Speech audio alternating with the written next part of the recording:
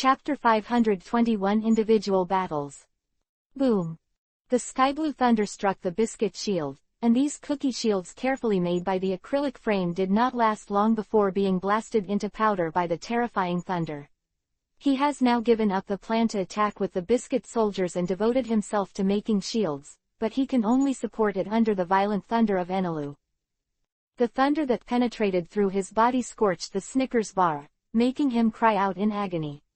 But fortunately, there is a biscuit shield to block it. The remaining thunder is not strong, and it is still within the range of the cradle. But it's definitely not enough to do it a few more times. The way to kill a frog in warm water is simply too shameful, so the cracker decided to make a stronger shield. Have no idea. Enelu was a bit too sloppy. Relying on his ability as a thunder fruit, he launched an attack from the sky. The plane against the tank is so shameless. It is true that Enelu doesn't have the ability to fly, so over time, he will fall. Now he can only rely on elementalization to maintain a state of slow descent of gliding in the air. When the plane lands, it will be the home of the tank. However, that also requires the tank to survive the bombardment first. Ha ha ha ha, annihilate under the thunder. Tremble. One after another, the terrifying mine Jinchuriki column enough to penetrate the island kept hitting the shield. Enelu floated in the air, and the insolent laughter spread far and far. No one is willing to approach this forest with thunderstorms. Well, except for one person. There was a rumbling sound of thunder in his ears, but Roha, who had a keen sense of hearing, could still hear it clearly, and the thunder was mixed with insolent laughter. Riding the ice wolf and strolling in the forest, the grass hormies who served as the guard couldn't get close at all, and the cold air around the ice wolf was enough to freeze them. Fortunately, the opponent is Cracker. If you change it to Katakuri, you don't know how you died. Loya sighed helplessly, and was really speechless about Enelu. The main direction of the fruit development of the Cracker is on strength and quantity, which causes him to not pay enough attention to long-distance attacks, and the scattered counterattacks can't hurt Enelu at all. It just so happened that Enelu had the ability to suppress him remotely, so he was able to suppress him all the way. It's just a coincidence. If Katakuri were to deal with Enelu, relying on the waxy glutinous fruit's bizarre and changeable properties as a rubber fruit, Enelu would have been knocked down from the sky long ago. And also replaced Tony's opponent with a cradle. His earth-shattering murderous aura was like a breeze to the biscuit puppet. As long as the two change opponents, they can't fight. However, even if by coincidence, the two of them found an opponent they could defeat, Loya's combat power was still somewhat insufficient. In the absence of his action, the other two generals, Charlotte Smooch and Charlotte Snagger, can only rely on the will of the undead army and Aldo and others to contain them. Time if it is longer, defeat is the inevitable outcome. Thinking of this, Loya took out the phone bug and dialed it. Have you got it over there? It seems that they are dying. Or let me do it directly, isn't it just a blank check? No, I've already arrived at Cake Island. Rockdale on the other end of the phone quickly stopped Loya's thoughts. He silently stood up from the beach and emptied the water in his shoes. Even if you are the boss, don't swipe at the sex of your subordinates. Speaking of this, K. Rockdale moved his wrists and adjusted from the weakness of the seawater.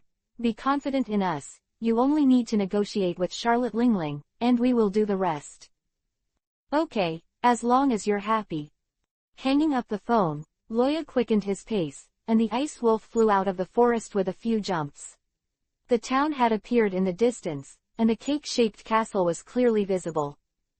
The ice wolf stepped on the soft grass and froze it into ice. Loya looked at the figure in front, and the corner of his mouth pulled out an arc. Charlotte Lingling. Iron wall shield. The iron blocks were domineering, and Aludo crossed his hands on his chest to meet Charlotte Snag's fist. When? It was clearly a collision between two fleshly bodies, but there was a muffled sound like a bell in the air. Snag's fist hit Aldo's iron-like muscles, and he could only barely sink into a pit. It is true that this time is enough to make Aldo seriously injured, and he can't get up to fight back in a short time. But he was not fighting alone. When his attack did not achieve the expected result, what was waiting for Snug was a sharp cut from Brother Jerome. One up and one down, one left and one right. The Jerome brothers cooperated very well and complemented each other, limiting Snag's dodging space to a narrow range. Laugh. The blade slashed, Snug bit Kiba, and with the severe pain of his arm being slashed, his body turned, thumping twice, sending Brother Jerome flying out. They spit out a mouthful of blood in midair, and their breaths suddenly weakened. Shocking Brother Jerome is not the end. The blonde boy who had locked him with a knife earlier had already finished charging up, and before he could stand still, the knife swung out. The speed of this flying knife is so fast, it seems to have crossed time and space, and in the blink of an eye, the flying knife reached Snag's chest. Hardening.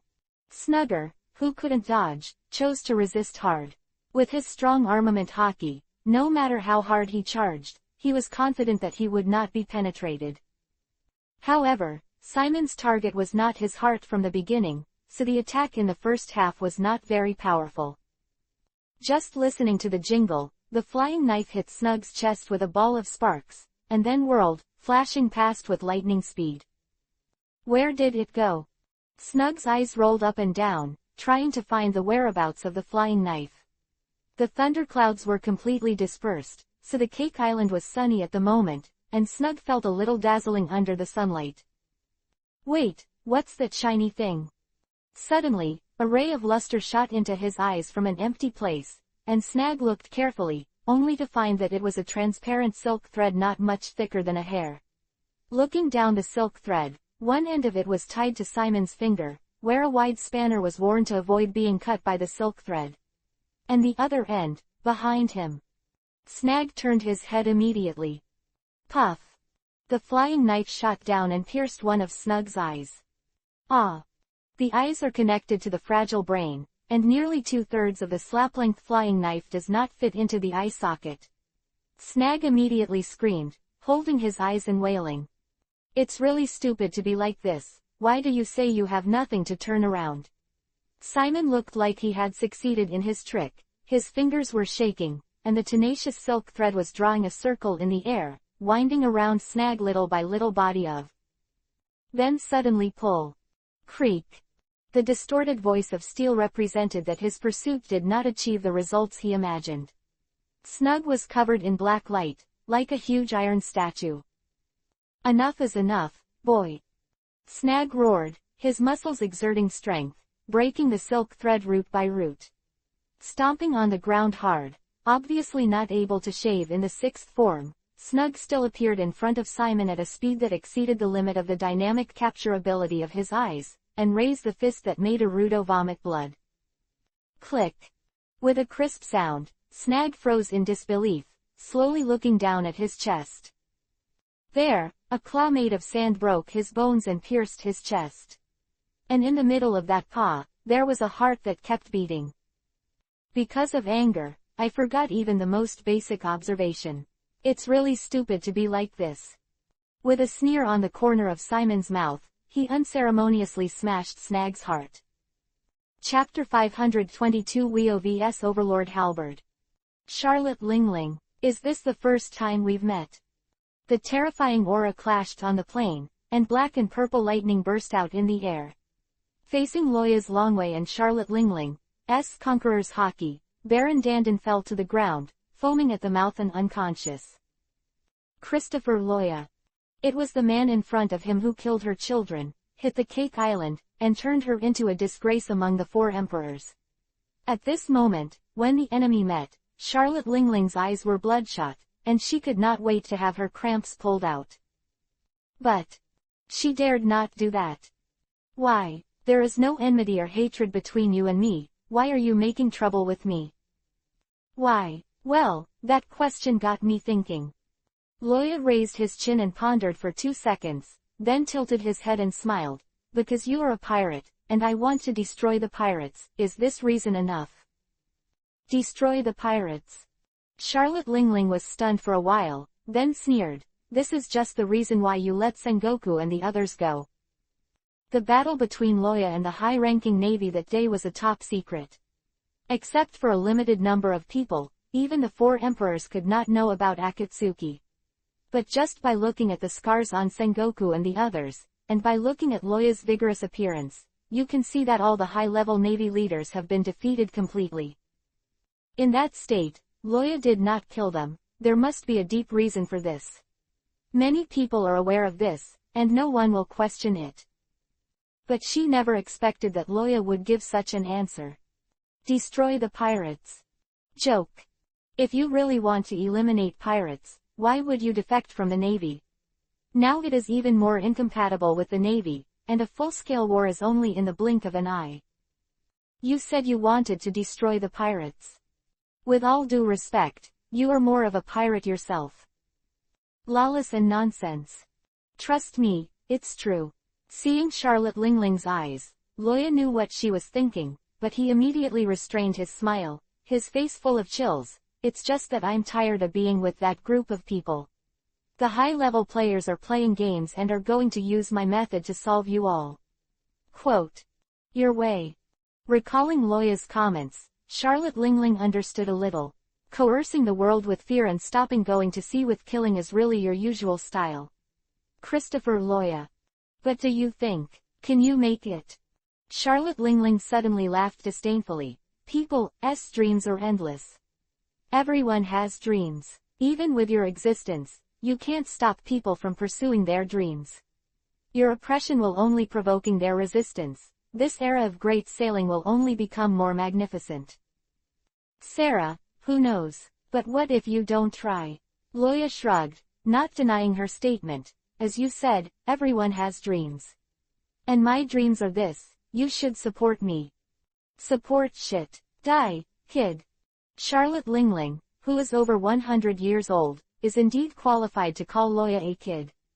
Who told him to be almost 30? Well, that's not the point. The point is, Charlotte Lingling has already made a move, and as soon as she makes a move, it is her signature skill, extracting souls. Whether the soul fruit can extract souls from the air is a very interesting debate. Loya believes that even if he can't at the beginning, when he grows to the level of an ant, he can change from inability to ability. The current ant is like this. She opened her hand to Loya, and an inexplicable gravitational force swept through Loya's body. This is a very strange feeling. There is no abnormality in the body, but it gives people the illusion of flying in the air and soaking in water. Is this the power that acts on the soul? It's a rare experience. Loya closed his eyes, feeling the feeling that his body was losing control a little bit. Unfortunately, it seems that for those with the strength of generals, this kind of power can easily break free. Blue rays of light emerged from Loya's skin, and the magic power in the body turned rapidly, instantly offsetting Charlotte Lingling's soul-absorbing power. The soul is restabilized, making Loya have a gap from weightlessness to down to earth. He slowly opened his eyes and looked at Charlotte Lingling on the opposite side. You shouldn't want to die, Charlotte Lingling. Now there is a chance for you. If you can seize it, it depends yours. Don't be ashamed. In the face of Loya's arrogant attitude, Charlotte Lingling didn't know whether it was true anger or false anger. When she waved her hand, Napoleon, the double-horned hat on her head, turned into a big sword, which she held in her hand. A terrifying wave suddenly rose in the air, endless power gathered on the sword, and even the atmosphere showed fissures. It wasn't that the atmosphere was broken, but that the entire space was screaming under the oppression of this force. Guy's tricks prepared for Whitebeard can shatter the void, so is Charlotte Lingling's strongest physical attack. Elbaf's spear, mighty country, is naturally not far behind. Getting started is a big move. This is the battle of the four emperors level. The little tricks that Charlotte Lingling used on weekdays knew they wouldn't work. After all, the monster standing in front of her now is a monster that can fight against four emperors, Guy, and the attack strength is not enough, which can only make people laugh. This move should not be underestimated, and Loya also became serious. Bang! The ice wolf under the seat exploded softly and turned into broken ice. But those ice cubes did not fall directly, but slowly fluttered and condensed into a huge halberd. Awakening Dragon King Shikai. Ow! Wide cracks ooze out from the ground, and the violent momentum from the top predators made the entire Cake Island quiet. With the long howl, Roha's body suddenly expanded. He was nearly 3 meters tall, and quickly swelled into a monster no shorter than Charlotte Lingling. The 5-meter-long ice halberd was held in the claws of the dragon, no more or no less, just right. Do you think it's enough to get bigger? Charlotte Lingling bit Kiba and drank, and slashed down with her high sword. Wee-oh! Boom! The dull sound resounded in the sky. Charlotte Lingling, who went all out, let alone the island-eating beasts that devoured the island, even the Yuhi continent would be torn apart. The invisible powerful impact is coming, and Loya will be swallowed in the next second. At this moment, Loya moved. He slowly raised his hand, and after the dragon transformed into a sigh of relief, it turned into an ice line in the air.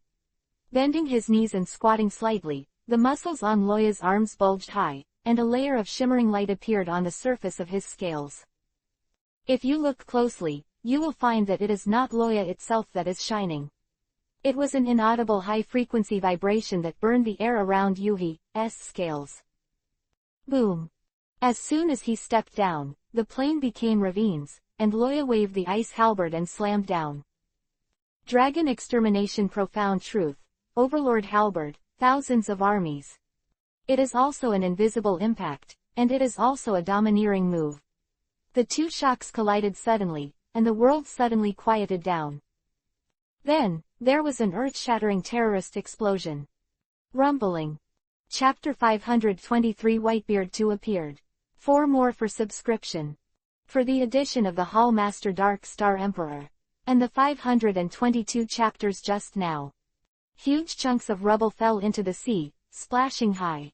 The whole Cake Island was shaking like an earthquake. The other people who were fighting on the island were first overwhelmed by the momentum of the two, and now they were overturned by the shock. No longer caring about the opponent, everyone tacitly approached the coast, away from the center of the shock. However, during the evacuation, Katakuri and the others furrowed their brows tightly, unlike Krokdar and the others. The former are qualified to go leisurely because they have enough confidence in Loya, but they do not. Moreover, Katakuri was deeply disturbed. If you don't see firelight and thunder and lightning, then it's not Mother who used Prometheus and Zeus in Hormes. And as Napoleon, the double-horned hat in the 3 major Hormes, the move that Mother used, it must be the one move. The mighty kingdom that destroys an island. The impact of Wiguo's move, let alone evacuation, is enough to smash them into pieces. However, the current situation is that, regardless of the shaking over there, the battlefield they were in was not affected by the attack at all. If it wasn't for the direction of the attack not here, then Charlotte Lingling's attacks were all blocked. But how is this possible? The resilience of the earth made Cake Island survive the catastrophe, and the smoke cleared away, revealing 2 huge figures. Accompanied by breathing, there was a low growl involuntarily in his throat. Loya turned the ice halberd in his hand, and suddenly clamped it under his armpit, clapping his hands. Good job. It looks like few people will survive this time. Well, don't doubt, I'm complimenting you. You monster. A trace of blood flowed from the corner of Charlotte Lingling's mouth, and she looked at Loya with her hair disheveled and her face grim. She didn't suffer much damage, and the consumption of Wio was also within her tolerance. This includes the factor that Roha did not take her as his first target, and also has the idea of using her power to break her ties.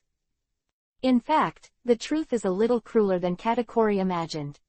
Behind Charlotte Lingling, a wide ravine hundreds of meters thick appeared on the ground, and along the way, whether it was rock or steel, all were annihilated into powder.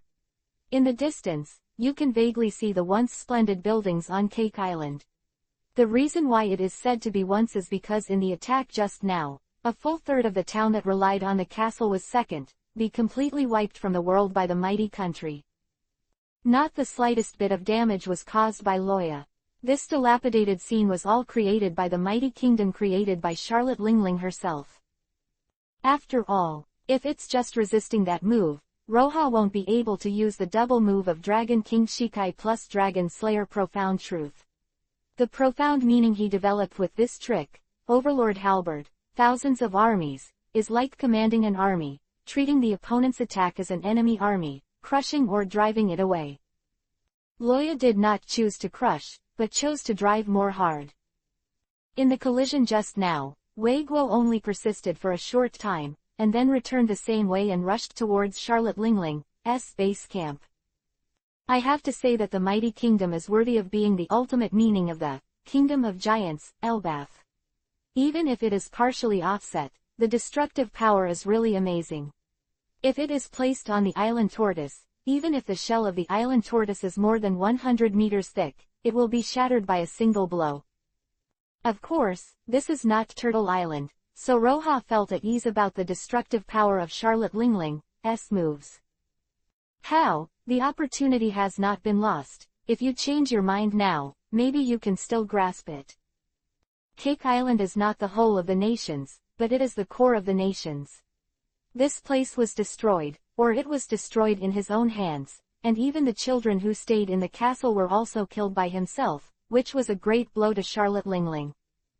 Don't think about it, the blow she suffered was the children she gave birth to over the decades. These useful props have all disappeared at this moment, and there is absolutely no grief and despair after the family members were killed. She relied on the blood ties exchanged through continuous marriages, and from this moment onwards, it came to an end. Since the establishment of Wanguo, at least 70% of its heritage has completely disappeared under this blow. This is definitely a major blow to the ambitious Charlotte Lingling.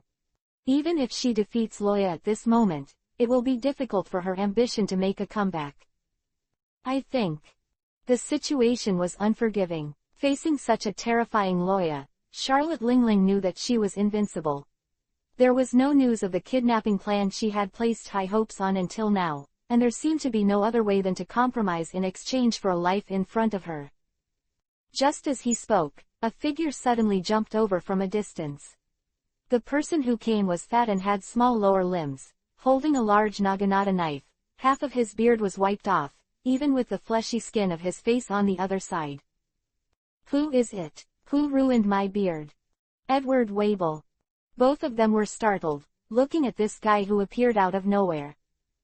Charlotte Lingling teamed up with him. Why? Loya frowned, feeling that she had missed something.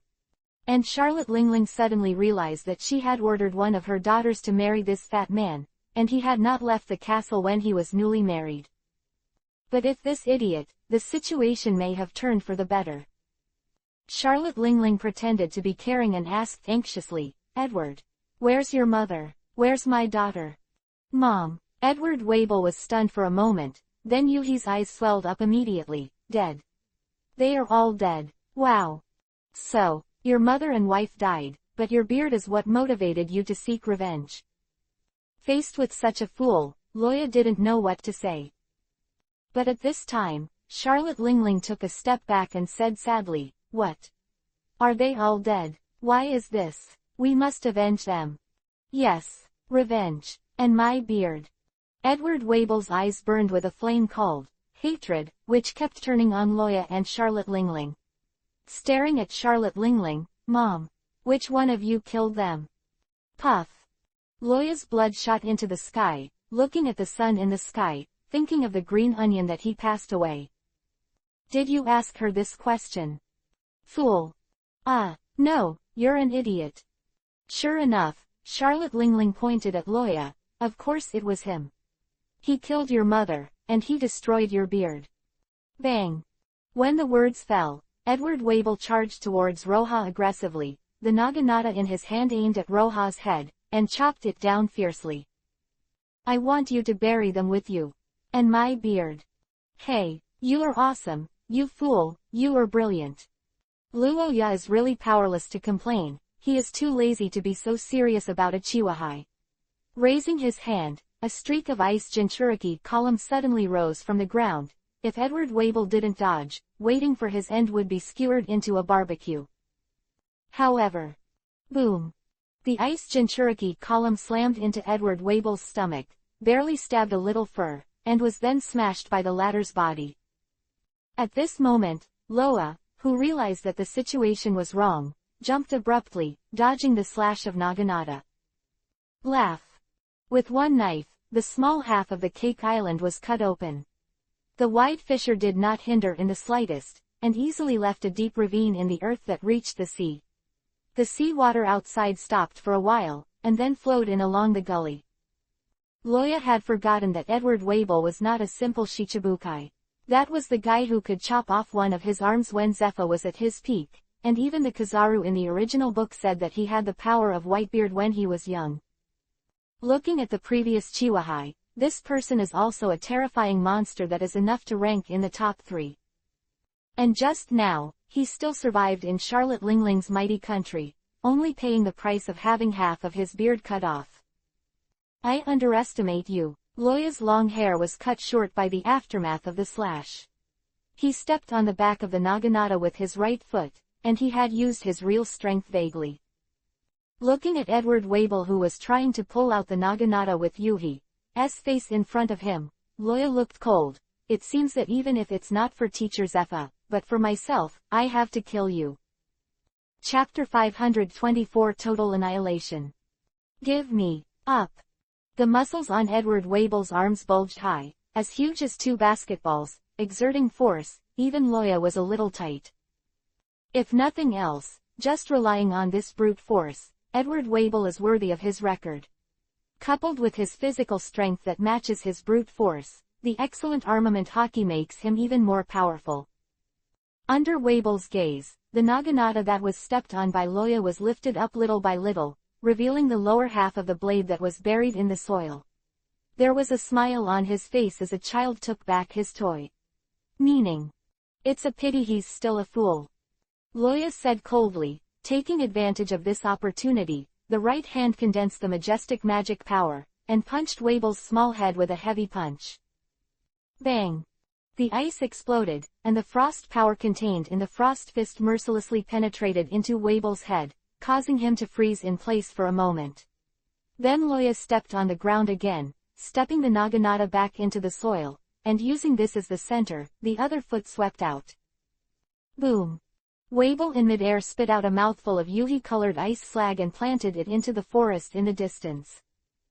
Can you run away, Charlotte Lingling? Loya swept away coldly. The place where Charlotte Lingling stood just now was empty. The moment Wabel made his move, she took the opportunity to choose to escape. And ran away from the monk, and ran away from the temple. What a foolish way to do it. Charlotte Lingling's speed was very fast, but in just a short while, she ran away without a trace, beyond the perception range of Loya observation hockey. But in the perception that the enemy of living beings are all over the island, her huge life energy is as dazzling as the sun, and it is extremely conspicuous in the castle full of dead aura. Just as he was about to set off to chase, there was a sudden roar from the forest. Edward Wabel, who opened his mouth and stuck his tongue out, jumped high, and then landed heavily in front of Loya. At this moment, his face was covered with blood, his lips were frozen purple, and he was already on the verge of dying, but his body still exuded a strong and ultimate aura. Loya's frost fist left an indelible wound on his head, and his low IQ disappeared in this freeze. Now Wabel is like a berserker who has lost his ability to think. He just instinctively wants to kill Loya, and even said that it has nothing to do with revenge. The corners of his mouth dripped uncontrollably, and his 2 eyes turned out of focus. Wabel clenched his fists and slammed it towards Loya. Your mother didn't tell you, are you annoyed? Loya looked at Wabel impatiently and raised his fist as well. But the movement of his fists was so slow that he looked very labored. Click. Suddenly, above Loya's fist, several cracks appeared in the empty air, and the huge magic power gathered on that fist, causing the surrounding space to tremble. Then, fist bump. Go away. Bang, bang. The ground beneath the two of them suddenly dropped to a depth of several meters, cobweb-like cracks spread all over it, and the gravel rose into the sky and flew into the sky. A circle of invisible air waves emanated from the center of the fist collision, and the rolling wind uprooted the trees in the forest. The terrifying energy then dissipated, causing waves of up to 100 meters on the sea surface, flapping outwards in circles. Whoa! Edward Wabel's arm couldn't withstand such a strong collision, and there was a bone-churning sound that made Kiba sour, and then immediately turned into a bloody fog. Compared to Garp's fist, you're still far behind. Once he succeeded, the ice halberd under Roha's arm circled from behind and appeared in his left hand. Lifting it up high and turning it around in his hand, Loya only grabbed the most tail of the ice halberd and slammed it down like a whip. Overlord halberd, sweeping thousands of armies. Laugh. Only a soft sound was heard, and a sharp edge flashed past. On the coast in the distance, Kay Rockdale was fighting Charlotte Smoothie in The Four Deserts, when suddenly an invisible edge blazed over, flashing past at a speed that the two of them couldn't dodge, and then submerged in the ground. That's what Rockdale thought in amazement. When the attack just now came, even he, a dead man, had the illusion of suffocation. Huh, you. After the blade, Charlotte Smoothie's motionless appearance caught Kerr Rockdale's attention. At this moment, a bloodstain suddenly appeared on her face, running across her entire head from left to right. Crack, rumble. The ground also cracked at this time, and a huge crack that could not be seen at a glance appeared between the two. The castle in the distance suddenly rumbled, and a crack appeared in the entire upper half of the cake-shaped castle, tearing it apart completely. The whole Cake Island, with an inexplicable arc, is in the shape of an arc, and it has become two parts. On that line, everything was cut open and traversed between heaven and earth. Died from unknown Aoi. Rockdale took out a cigar from his arms and silently put it to his mouth and lit it. This is the power of Lord Loya. The smoke spewed out and landed on Charlotte Smoothie's face. Then, the top half of her head slid down slowly with the bridge of her nose and the back of her head, and blood poured out. Kid Tony is in a hard fight. Thankfully he was so outspoken before. Rockdale glanced at the battlefield not far away, grinned, and turned into a ball of green-brown sand, rushing over. Poisonous sand, poisonous dragon. Endless sand rose into the sky, targeting Katakuri. If you get hit by a poisonous dragon, you will die. Katakuri instantly saw through the intention of K. Rockdar, and regardless of Tony, who was being beaten, he pulled away and jumped back. As he jumped up, he glanced in Charlotte Smoothie's direction, then suddenly widened his eyes. Smoochie. Quote. Dragon Slayer. This is the name that Loya gave to this set of Dragon Slayer. Profound truth. After he was completely transformed into a dragon, his body that covered the sky was his most advantageous weapon, the full burst of magic power was his strongest arm, and the thick and huge scales were his hardest shield. But that state is not an interesting feeling, not only tasteless, but also sleepy all day. And because the body is too large, if it is really used for battle, it will only become a living target more often. Therefore, after awakening Dragon King Shikai, this large and small form has become the most commonly used form of Loya. But at the same time, due to the limitation of body size, the magic power will naturally not be able to exert the formidable power after the complete dragon transformation. In order to more effectively exert the limited magic power, he developed this set of dragon-killing martial arts that can only be used in the form of a dragon. Laugh. Edward Wable's body, like bread put into a bread-cutting machine, was cut in two from the side, and the dead couldn't die. The corpse fell to the ground, a circle of dust was splashed, and the blood splattered on the ground was the last epitaph of the new Chiwahai. Next, Charlotte Lingling, it's your turn. Loya's eyesight was astonishing. From such a distance, he could also see Charlotte Lingling, who was peeping here from the castle window. The eyes of the two met, and even without Loya's amazing vision, Charlotte Lingling suddenly felt a creepy feeling of being stared at by a predator. Damn it, only lasted so long, what a piece of shit. She bit Kiba angrily, then shook the homies, Zeus and Prometheus, and ordered, go buy me time, I can't die now. Gollum. The two hormies swallowed their saliva very humanely, their faces full of bitterness, but still tremblingly said, yes, Mom.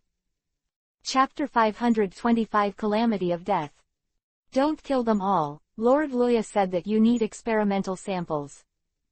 Tony saw Smoothie's body at a glance, holding the bone coon, and glanced at Rockdale helplessly. Huh, how dare you talk about me? Rockdale looks like a hell. It's shameless. If you really want to kill people, you are the one who kills the most, right?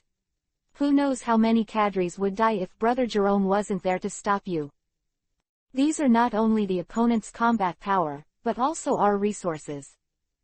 But what I kill are small characters, and they are not on the same level as the 4 generals. Hee hee, what's wrong with the little character? Xiaolongtao is no longer human. Click _. Have you had enough trouble? Katakuri stood between the 2 donuts, and in order to compete with Tony's murderous aura, he had already used Fruit Awakening. The bizarre properties of Nuo fruit, combined with observation Haki, who foresees the future, successfully suppressed Tony in the state of Shura. But there is still a long way to go before killing him. His brothers and sisters were still fighting hard, and when he was determined to get out, he suddenly saw Smooch's body, and at this moment, he was determined to kill, but the 2 enemies in front of him also regarded him as nothing, and judged them at will. Don't worry, it's your turn soon. Interrupted by Katakuri, K. Rockdar stopped arguing, and an arsenopyrite long sword appeared in his palm. Just as he was about to start, Tony suddenly blocked the bone kun in front of him.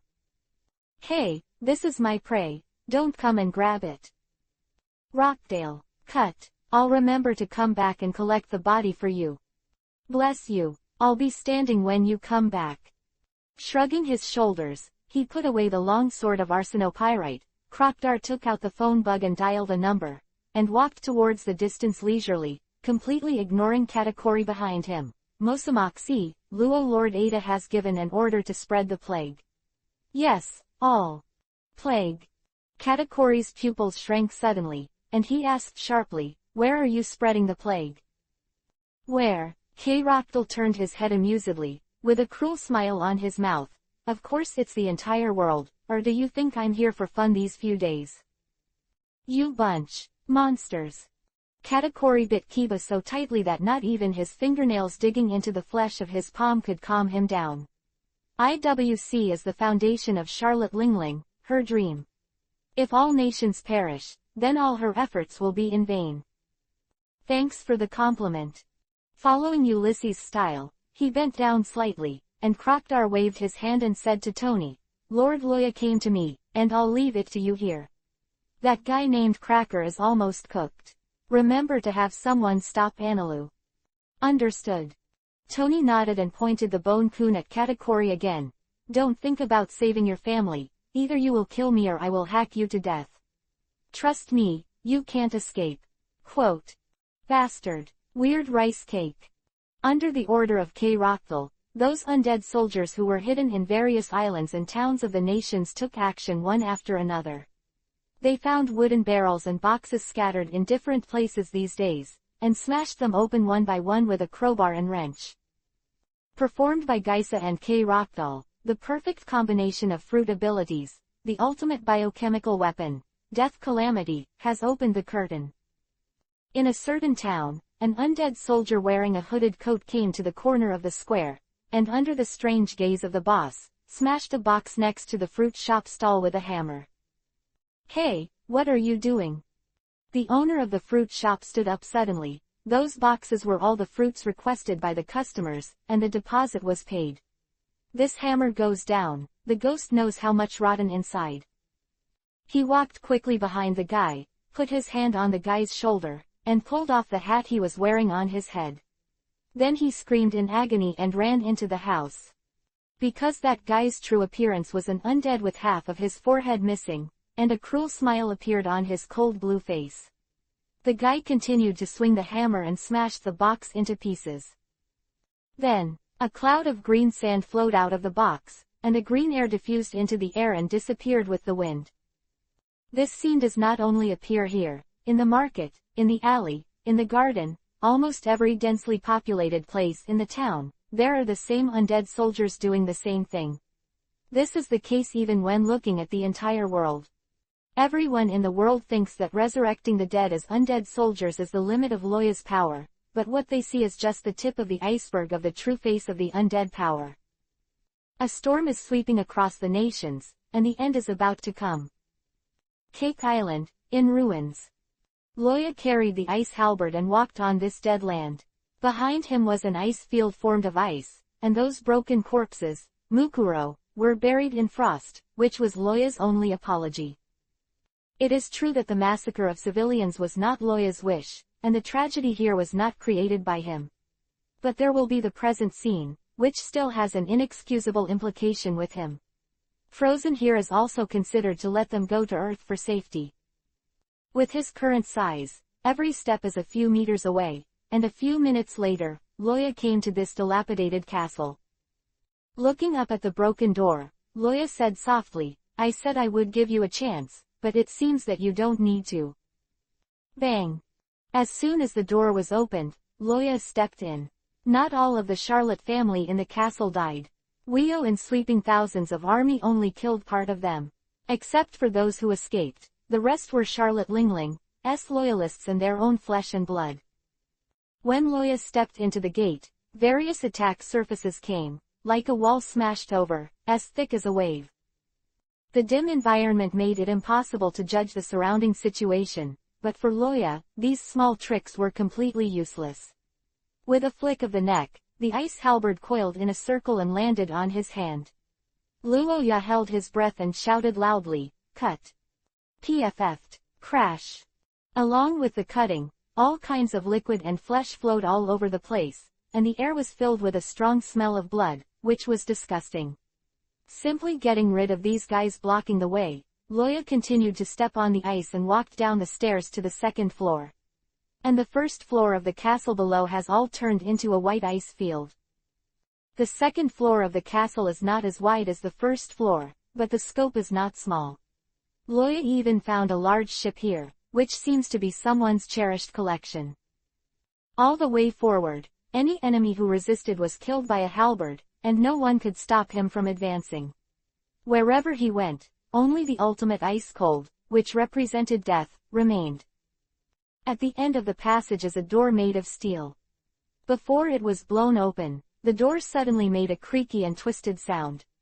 Then the middle bulged out, as if something was about to break through the door. In the next second, the steel gate slammed open, and a fire Jinchuriki column burst out with thunder and lightning, annihilating everything along the way to slag. Thundercloud, Zeus, Sun, Prometheus. Did your mother treat you as outcasts? In the face of this terrifying attack of a mixture of dual attributes, Roha did not dodge or evade, and met him head-on. As he spoke, he poked the ice halberd forward, and the powerful frost force condensed on the tip of the blade, which was directly connected to the fire Jinchuriki column. Scoff.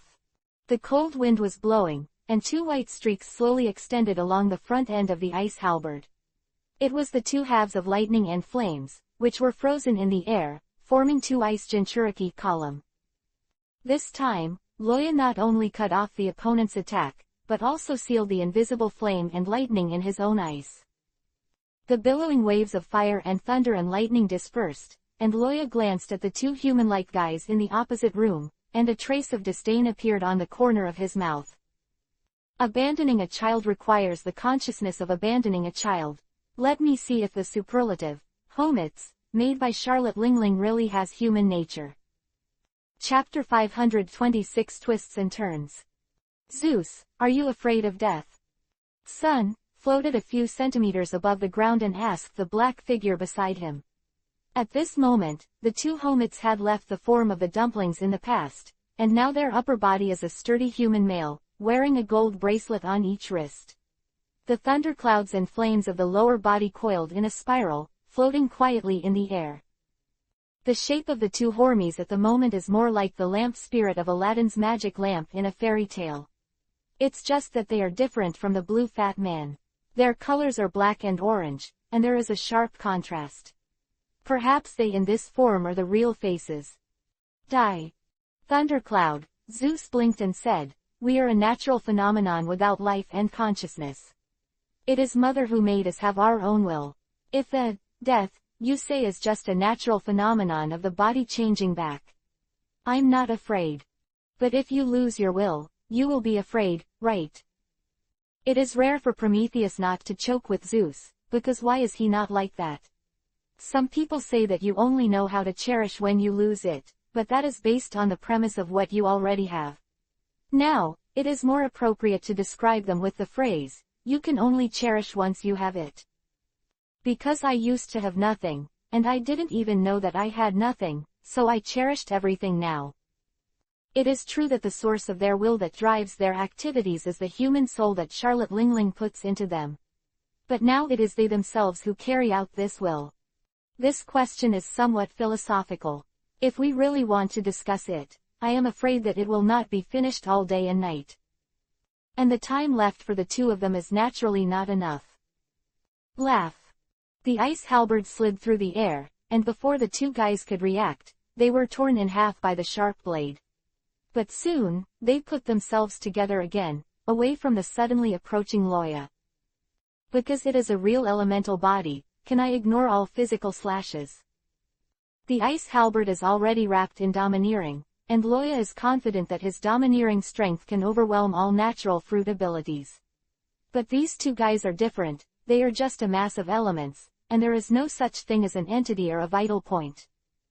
Your slashes are useless to us. Prometheus clasped his fists and came to the top of Roha's head.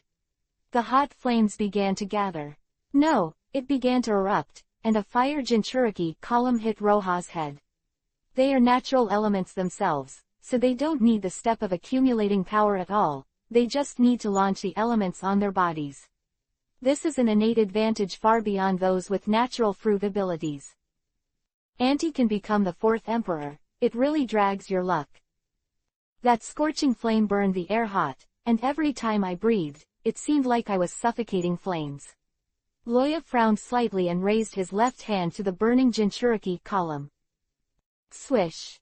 The surging ice magic met the Jinchuriki column head-on, and the two collided, but there was no explosion as expected by Prometheus. Because his flame was completely frozen the moment he approached the ice, turning into a solidified fire dragon. Take my trick. At this moment, Zeus had filled the entire hall with thunderclouds, and following his orders, one after another thunderstorm, like heavy machine guns, poured down densely toward Loya. Boom, boom. The hard floor instantly became potholed and covered in smoke. The air is filled with powerful electric currents, making people creepy. Looking at the area shrouded in smoke and dust, a look of joy appeared on Zeus's face. Even the ice dragon, Loya, who resists so many thunders without dodging or evading, will definitely be injured. Because this is his creator, Charlotte Lingling is not willing to face the attack. But he misunderstood a little. The reason Charlotte Lingling asked them to delay time was because she couldn't match Loya. The thunder that can make her fearful, for Loya, the effect is far less than expected.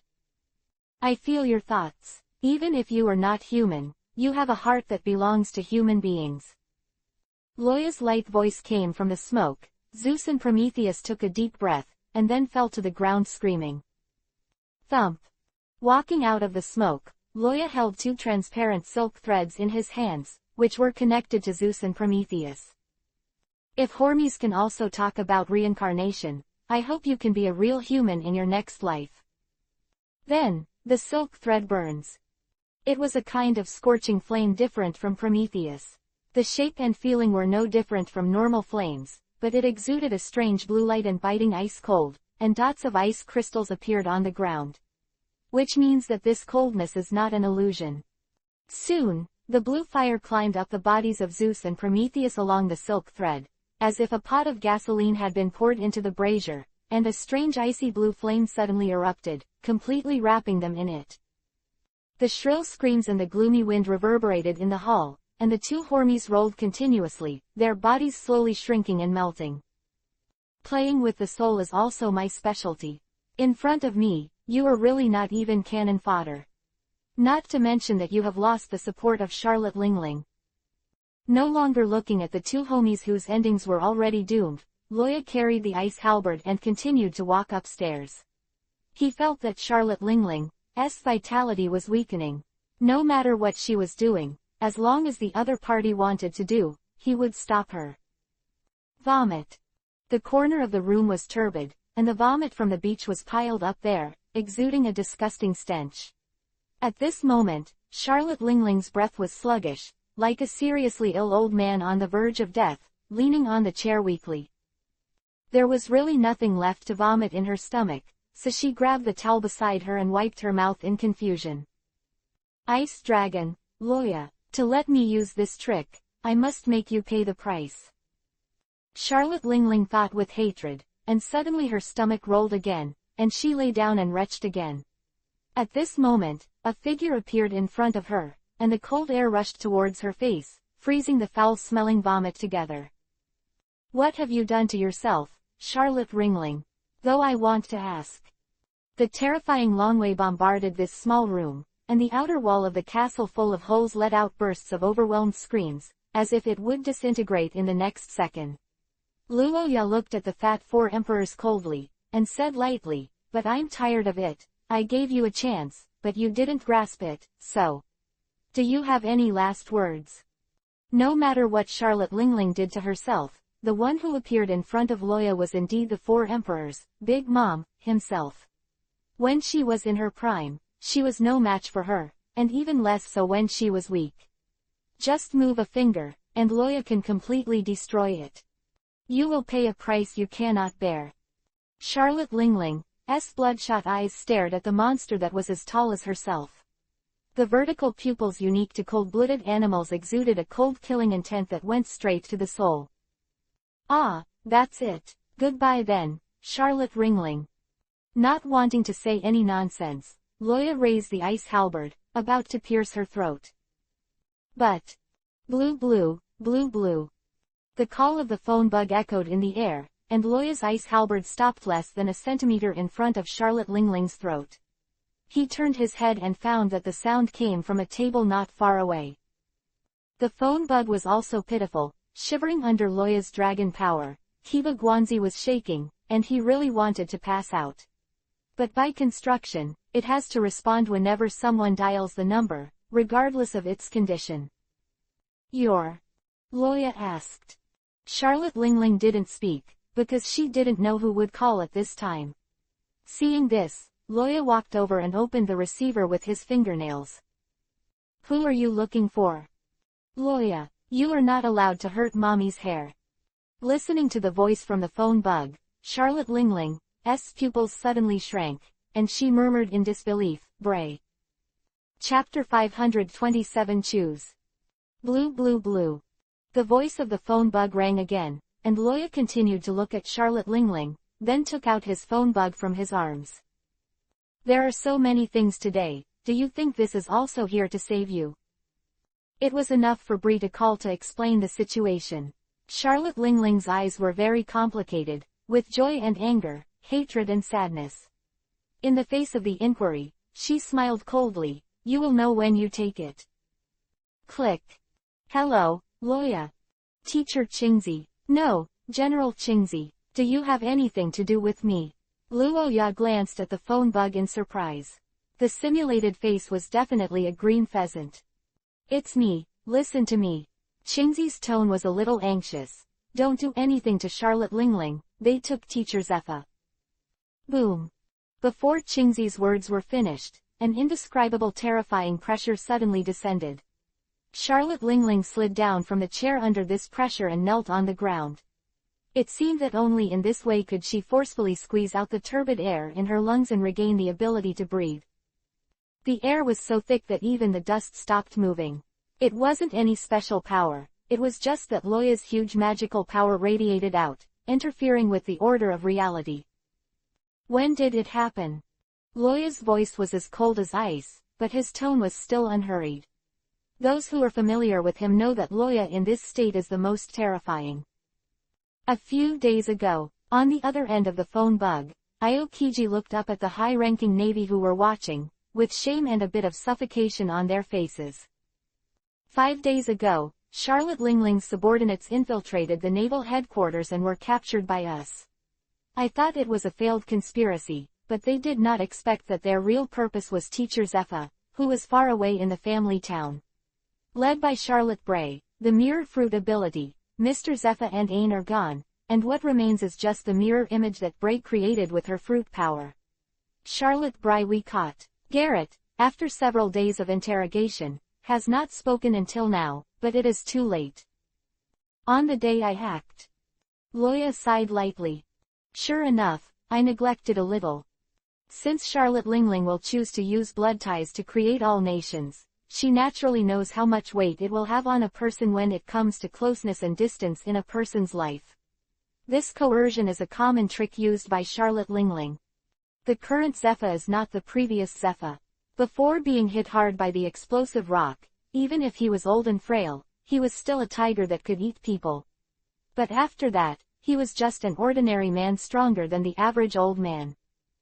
Admiral Aokiji. You guys are really trash. Crunch. Listening to Loya's comments, on the other end of the phone bug, from Sengoku to Lieutenant General Crane, from Kizaru to Fujitora, the faces of a group of people were very ugly. But for this evaluation, they could not refute at this moment. Let the pirates kidnap Zephyr, a veteran who has made penultimate contributions to the Navy, from the Navy headquarters, and even said that he and others did not know the truth about Akatsuki until a few days after the incident. Waste, is already a compliment. Not to mention, now they have to rely on Loya, the naval enemy, to save Zephyr's life. Totally shameless.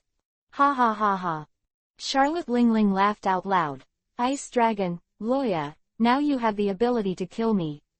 I guarantee that your teacher Zephyr will not survive. I said you have to pay the price. Look, the price is here. Ha ha ha ha. This voice was not only heard by Aokiji and the others, but also heard by Zephyr, who was lying on the ground with his hands and feet tied on the other side of the phone bug. Zephyr was very angry at the moment, angry at his own weakness, and angry at the despicability of the other party. Snapped. Suddenly, a crisp slap interrupted Charlotte Lingling's laughter. She turned her head to the side in a daze, and suddenly her eyes were filled with unprecedented anger. You. Snapped. You. Snapped. 3 slaps in a row not only hit Charlotte Lingling on the face, but also on the hearts of others. The person who was beaten was Charlotte Lingling, the 4 emperors of Kun. Majesty. When have you ever had such an embarrassing experience? Ah. Snapped.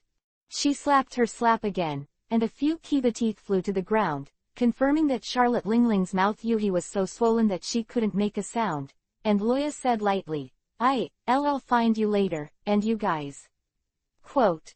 Loya said something to the phone bug in his hand and hung up.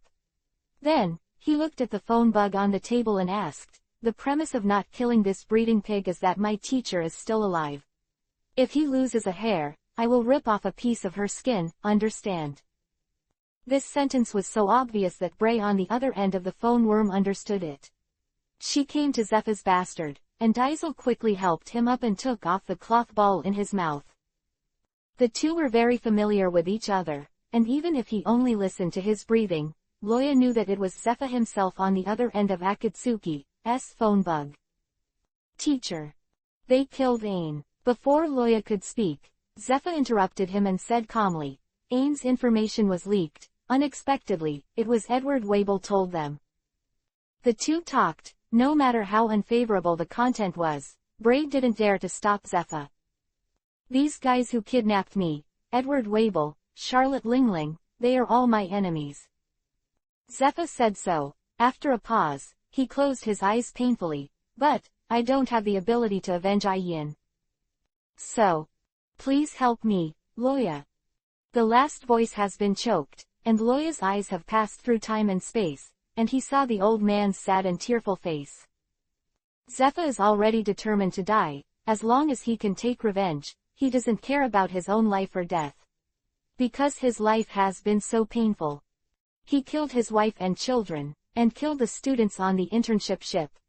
His wife, son, student, every existence that was extremely important to him died because of his relationship. Even Binz and Ain, who were extremely close to him, the former died in the explosive rock explosion because of their own relationship, and now the latter was targeted and killed by the other party in order to protect himself. This is a monstrous hatred, but also a bone-chilling pain. However, even with such a bloody feud, he no longer had the strength to take revenge himself. Compared with the high spirits of the first half of his life, the second half of Zepha's life was completely a tragedy. The two were silent, and the others did not dare to speak. After a long time, Loya breathed a sigh of relief, and under the nervous gaze of Charlotte Bully and others, she slowly said, "You must live, Teacher Zepha." So good. Bree was immediately relieved and almost fell to the ground. Since Loya can say this, it means that Charlotte Lingling's life is saved. Even if she had made up her mind to leave, Bree didn't want her mother to be killed. "Loya." Zepha stared into Yuhi's eyes and asked, "Do you know what you're talking about?" Vengeance through murder is the most merciful way. Already expecting Zepha to have such a reaction, Loya said unhurriedly, "Teacher, I ask you, you hate pirates?" Zepha didn't understand what Loya wanted to do, but to this question, he answered very firmly, "Hate. It's a coincidence, so am I." Loya twitched the corner of his mouth and showed a crazy smile. "I'll continue talking with you when you survive. Now hand over the phone bug to that old witch, and I'll talk about how to keep you safe." "Problem. I can only rely on you now, Loya," Zepha whispered, but still handed the phone bug to Bree just like what Loya said. Because he still believes in Loya, just like before. Chapter 528 Fight Against Pirates. Once upon a time, Aokiji asked Loya if he would allow others to avenge himself. Loya replied, no. But in fact he didn't know what choice he would make if he, like Zepha, lost all his power and the Blood Sea enemy stood in front of him again. Now Zepha asks him for help. This is the trust between the master and the apprentice. Even if the roles of the two parties are reversed, this trust cannot be changed. So he knew that Zepha couldn't die. And about revenge, Loya already had a more decisive plan. Okay, I'll take Zepha to the nearest naval branch. But you have to promise that you won't hurt your mother a hair. From now on, you won't be able to shoot at your mother again. Bree didn't want to kill Zepha, and didn't dare to make small moves when exchanging hostages. Because Loya can hit the Cake Island once, then naturally he can hit the door a second time. What she is most worried about at this moment is that if she and others hand over Zepha, what should Loya do if she doesn't keep her promise? Don't look at the people holding the hostages, they have an absolute advantage in this transaction. But in this world where strength is respected, Loya is the guy who takes the initiative. He is fully capable of killing everyone and burying this matter completely. Are you doubting me? Loya sneered disdainfully. You can ask anywhere on the sea if I, Loya, is a guy who breaks his promises. What's more, a mere fish is not worthy of my reputation. Stain. Don't doubt, when I said trash fish, I meant Charlotte Lingling. This is a hard word to say, but Loya's attitude is very firm. Bree recalled the information that the family had collected in order to find Loya's family, and various deeds also showed that he was not that kind of villain. Now that the initiative in the transaction is in Loya's hands, Bree can only make a bet. Understood, you inform the Navy, we are already in the G9 branch. G9 branch. Did it run to the windlass belt? Loya nodded and dialed the Navy's number again. After telling Qingzi of their decision, Loya added, use the Halu stone lock to make sure if they hand over the real Zepha, and then warn Sengoku if he is involved in this matter. Make trouble, let him decide who will be the next marshal now.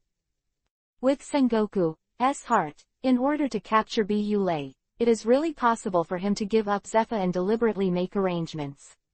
The butt decides the head, which Loya has to guard against. Inside the marshal's office, Sengoku propped his chin on his hand and nodded slightly. I understand what you mean. Don't worry Loya, Teacher Zepha will be fine.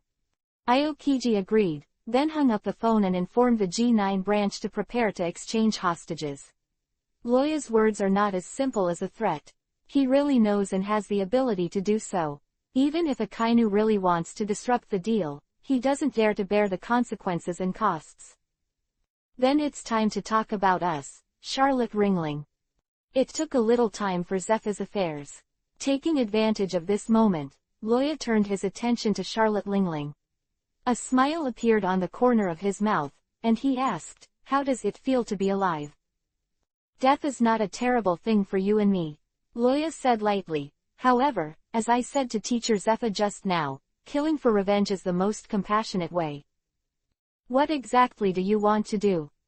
After a few minutes of recovery, Charlotte Lingling was able to speak again. "Loya is not a kind person.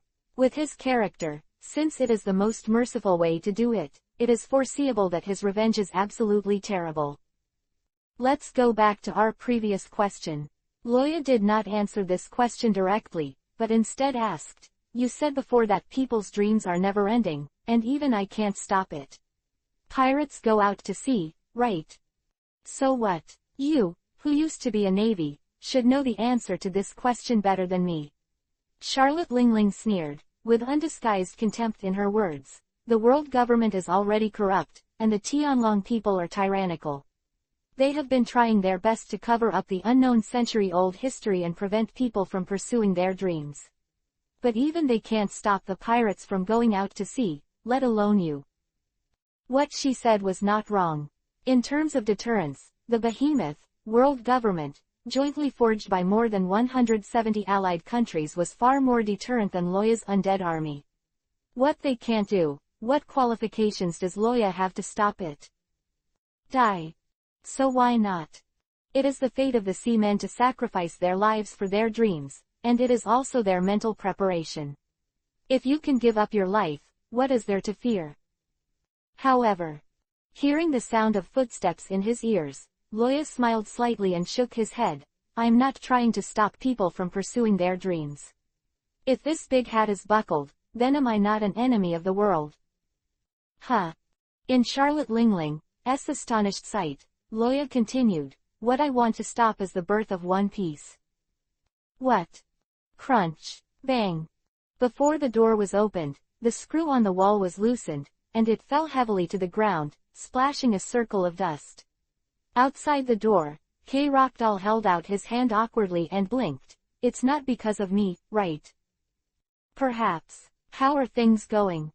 Loya glanced at him, ignoring his astonishment. Coming back to his senses, K. Rockdale tidied up his clothes and bowed slightly to salute. "The historical text of the road signs has been transported to the ship, and it is ready to go to sea at any time. In addition, I sent someone to search this place, including the waists of the Charlotte family. And they all told me the same answer. Quote, they don't have a rubbing of the historical text of the signpost." Red stone. Charlotte Lingling was suddenly startled, remembering what Loya said just now. "What I want to stop is the birth of One Piece. Do you know what you are doing?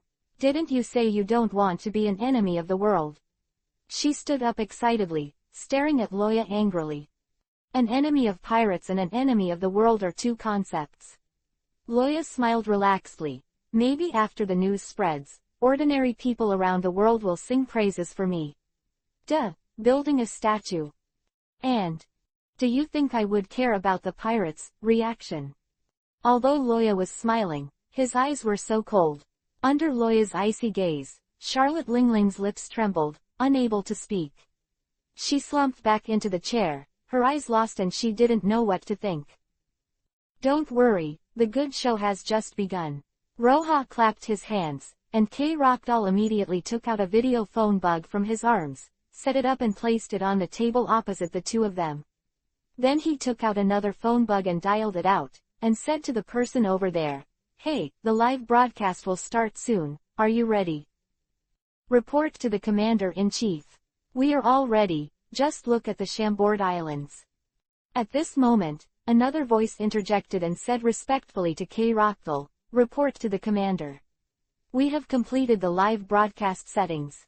As long as you start there, all the surrounding islands can receive the live broadcast signal." Well done. K. Rockdale encouraged a few words, then came to Loya's side, bowed his head and said, "Lord Loya, everything is ready, when do you think it will start?" "Let's start when Teacher Zepha is rescued. If one thing is not done, how can I do the next thing?" Obsessive-compulsive disorder, there is no way. Loya shrugged and smiled evilly. In other words, it was a smile that was about to succeed in a prank, just like a child scalding an ant with boiling water, the most innocent and cruel expression. Chapter 529 Loya's True Purpose. Teacher Zepha, are you all right? G9 Branch carefully stepped forward to support Zepha. He was also one of Zepha's students. After receiving the order from Qingzi, he was so anxious that he ran back from the air with a moon step. The Halu stone lock was placed on Zepha's wrist, and there was nothing unusual, which made Hablo a sigh of relief, and hurriedly sent Zepha to the hospital for recuperation. The location of the hospital is next to the glacial lake made by Loya, where the surface of the glacial lake has completely melted, but the temperature is still cold, making it the most perfect convalescent place on the island. The person has been delivered. Can you inform Aokiji that the transaction is complete? Standing in front of a group of Navy soldiers was a mirror image of Bree. Of course she didn't dare to show her real body. Ablo bit Kiba and said viciously, "You guys." He really wanted to capture this group of pirates who kidnapped Zepha, but let's not say whether they have the strength and capital, just saying that this matter came from Sengoku's instructing, so that they dare not act rashly. Taking out the phone bug that had been on the call, Habulo loudly reported, "Marshal Sengoku. Mr. Zepha has been rescued. Please instruct." "Well, I see. Fujitora and Midori are already on their way to the G9 branch. You just need to take care of Zepha." The meaning of this sentence is, don't worry about superfluous things, those pirates let them go. Knowing that this would be the answer, Ablo sighed in disappointment, nodded and said, "Understood." Navy Headquarters, Marshal's office. Even if they knew that the matter had been confirmed, when they knew that Zepha was really rescued, they couldn't help but breathe a sigh of relief. After all, Loya has already said that, and no one wants to bear the wrath of Ice Dragon. Immediately, without Sengoku indicating, Aokiji took out the phone bug and contacted Loya. But at this moment, the emergency phone bug in Sengoku's arms suddenly rang, interrupting his movements. "Marshal, emergency, please come quickly." "What's the matter?" Sengoku rubbed his temples with a headache, and the heart that he had just put down was lifted up again in an instant. Bray's phone bug never hung up. In fact, there was no need for Aokiji to notify him alone, and Loya knew that Zepha was safe. As a result, a live broadcast that will surely stir the world has kicked off. "Hello everyone, I'm Loya. Well, I believe more people like to call me Ice Dragon, Loya." In the Chambord Islands, a group of news agency staff were coerced by undead soldiers to spread the live broadcast. Not only the various areas of Shampoo Land, but also the islands far away have also received this picture. Of course, this naturally includes the naval headquarters not far from the Chambord Islands, and the Holy Land, Mary Joa. At the same time, Antonio Carlo, the 5 old stars, Sengoku, Dorag, and so on, all held their breaths, watching the live broadcast and listening to Loya's speech. Ice Dragon, Loya. This name can be described as the most dazzling existence of this era. No one has ever achieved such a record, and no one has ever dared to imagine that one person can deter the world. But he did it. Now the number of pirates in the world has dropped sharply, and it can be said that this person is completely responsible. Turtle Island, entrenched at the entrance to the New World, is still feared as Cannibal Island. It can be said that because of his existence, this era has a long-lost peace. Of course, his complete break with the Navy is also the most serious hidden danger of this era. The timid person looked at the ferocious face of Luo Yulong after his transformation, and he was in a state of fear all day long. The daring clenched their weapons eagerly, trying to see if the ice dragon was really as scary as it was said to be. After introducing himself, Loya turned the phone bug in a direction and aimed at Charlotte Lingling with an ugly face. For the first time, most people's reaction was that Loya and the 4 emperors, Big Mom, joined forces. But look at Charlotte Lingling's fat, swollen face, and the broken objects in the room. No matter how you look at it, it's all a scene after a war. Not join forces. So what? Just when everyone was confused, Loya continued, I think someone knows this person, but let me introduce her. She is one of the famous 4 emperors of the New World, the captain of the Big Mom pirates, Ms. Charlotte Ringling. 4 emperors. Countless people looked at the fat figure in shock, unable to breathe. The prestige of the 4 emperors appeared more than 10 years earlier than Loya, and it was deeply rooted in the hearts of the people, but they really appeared in front of the public, but very few. Being able to see the true face of the 4 emperors at this moment is naturally very shocking. What the hell is Loya going to do? Inside the surveillance room, Sengoku frowned. He glanced at the green pheasant beside him and asked, do you know anything? Green pheasant. Ah la la, how could I possibly know? We've been out of touch for a long time. Aokiji put his hands in his hands and shook his head. What if you know, what if you don't know? Now that Loya has decided to speak, the matter is already a foregone conclusion. Even if he told Sengoku, things wouldn't change in the slightest. What's more, he recognized Loya from the bottom of his heart. Maybe ordinary people don't know. The screen quickly turned back and landed on Loya. He said with a smile, Ms. Charlotte Ringling's key factor in becoming the Pirate King can be said to be the next One Piece's most favorable contender. One Piece. Whoa. The world is boiling. Everyone knows what the word, One Piece, means, but in this world, who dares to talk about One Piece? And now Loya has not only done this, but even bluntly said that Charlotte Ringling is the most favorable competitor of One Piece. What is going to happen? Hurry up, cancel all plans and prepare for additional issues. One by one, the staff of the newspaper office took action, and a few minutes later, countless seagulls who delivered messages rose into the sky, spreading the news to every corner of the sea. After saying this, Loya seemed to suddenly remember something, and said suddenly, oh yes. I almost forgot. Now, One Piece has nothing to do with her. Ha, are you kidding us? The editors of the newspaper office who were writing quickly stopped their writing and looked up at Loya speechlessly. It's not just her. There was an inexplicable smile on the corner of Loya's mouth, and a strange light flashed in the cold golden vertical pupil. One Piece, it has nothing to do with this world. Gollum. In the silence, Loya said softly, because to go to the final island, Ralph drew, where the great secret treasure One Piece is located, the historical text of the road sign that needs to be obtained has been negotiated by Charlotte Ringling under friendly negotiation. Ma'am, hand it to me personally. Want to be the Pirate King? Then try to grab something from me. Road sign history text. What it is. Why is this necessary to become One Piece? When many ignorant guys were thinking blankly, the faces of those pirates who were ambitious and had a large intelligence network suddenly became extremely blue. Actually, it fell into Loya's hands. Why it came out like this. Chapter 530 The End of the Nations. 3 more please subscribe.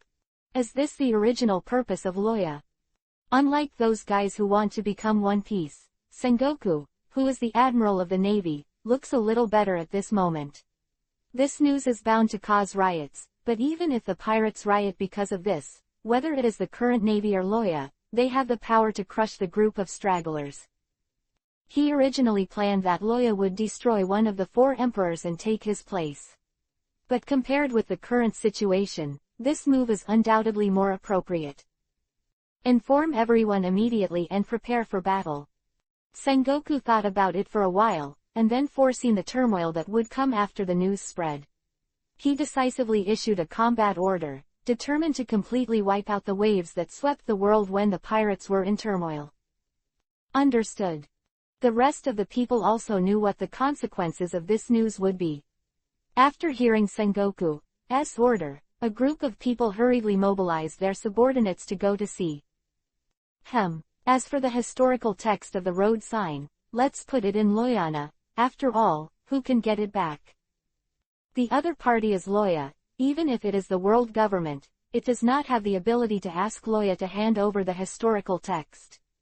And it is more likely that they will also take this opportunity to clean up those unclean guys. That's the purpose of our stay. On Turtle Island, Ulysses looked at the figure on the projection with his warm coffee. Lord Loya won't find all the historical texts of road signs, but he won't let anyone get the rest of the historical texts. In his plan, only by controlling 1 or 2 red stones can really stop One Piece. Birth. Can't find all. Robin didn't answer, sipping tea and coffee quietly. However, the red stone only records the road signs to the final island, Ralph drew. Even without them, he still has a chance to find the real blank history. For Lord Loya's plan, it seems that I have to work harder. Dong dong dong. The knock on the door echoed in the living room. Ulysses nodded, and naturally someone went to open the door. Pushing the door and entering was Jones, who had not been seen for a long time. At this moment, he was wearing a simple leather coat and dressed like a savage. Looking at the two of them, he raised the bottle in his hand and said with a smile, "Do you want to live forever?" "Of course, I welcome you to come to my island to take an adventure." As if he didn't know what he said, Loya smiled happily. "The number of the undead army is still a bit insufficient, a little more combat power is excellent." Quote. This is Yuhi Gugwo's intimidation. Listening to Loya's words, countless people bit Kiba and gnashed their teeth, dispelling the burning thoughts in their hearts. Compared with the power of Loya itself, the undead army is the most terrifying existence. Those who were loyal and steadfast during their lifetimes became Loya's subordinates after being transformed into undead. Not to mention a lot of information leaks, they will turn around and raise the butcher's knife to their former companions. This disgusting ability is the most crucial point for him to deter the world. This bastard will be punished sooner or later. One by one news came out, and the forces converged on their tentacles one after another. Next will be the battlefield of the ignorant, and they have to try their best to avoid losses. Additionally, countless people looked at Loya in shock, wondering what he was going to say after this incident. Ms. Charlotte Lingling deliberately gave up her kingdom in order to show that she would not participate in the One Piece competition. She is still the 4 emperors of the New World, but not the Big Mom of the past. Charlotte Lingling raised her head with difficulty and looked at Loya in disbelief. What are you going to do to Wangguo? Not to. Loya corrected her mistake. It's been. Clap his hands. Rockdale passed the video phone bug and put the phone bugs one size smaller next to it. Loya also cooperated to make way for the space to ensure that the images could be fully projected on the walls. Next, please enjoy the epic disaster blockbuster, Resident Evil, which was staged by all the people of Wangguo. Click. Pressing the switch, Rockdale smiled and silently exited the live broadcast screen. Then. Ah, don't come. Help, help. Son, what are you doing? That's your wife. The curtain was opened with screams of despair and panic. On the projection, countless staggering dead people moved their mutilated bodies and rushed towards the living human beings. No matter who the living person is, as long as they appear in sight, the zombies will show no mercy, and they will devour their flesh and blood. Family, friends, at this moment, no one can be trusted. Because no one knows who will become a zombie next. It may be a child curled up in the mother's arms, or it may be an old man lying in a hospital bed. At this moment, the order of people among the nations is completely collapsed and destroyed.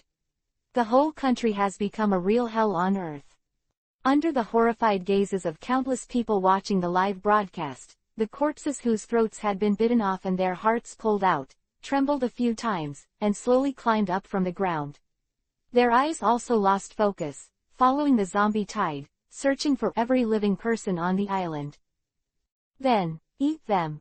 In this apocalyptic scene, Loya's cold voiceover echoed in everyone's ears. This is the end of being my enemy. Death. No, no, no, death is just the beginning. Thank you, Ms. Charlotte Lingling. It was her stupidity that gave me enough reason and let you know in advance the true horror of the undead. She is a hero. PFF'd. The corners of her mouth wriggled, and Charlotte Lingling opened her mouth, but not a single syllable came out of her hoarse throat. Finally, she rolled her eyes, spat out a mouthful of blood, and fell unconscious on the chair. As Loya said, she is still the four emperors, but from today, she is no longer that, Big Mom. It's terrifying indeed that a man has the power to destroy the world. But what is even more terrifying is that everyone can personally join in the action of destroying the world. That is the real doomsday.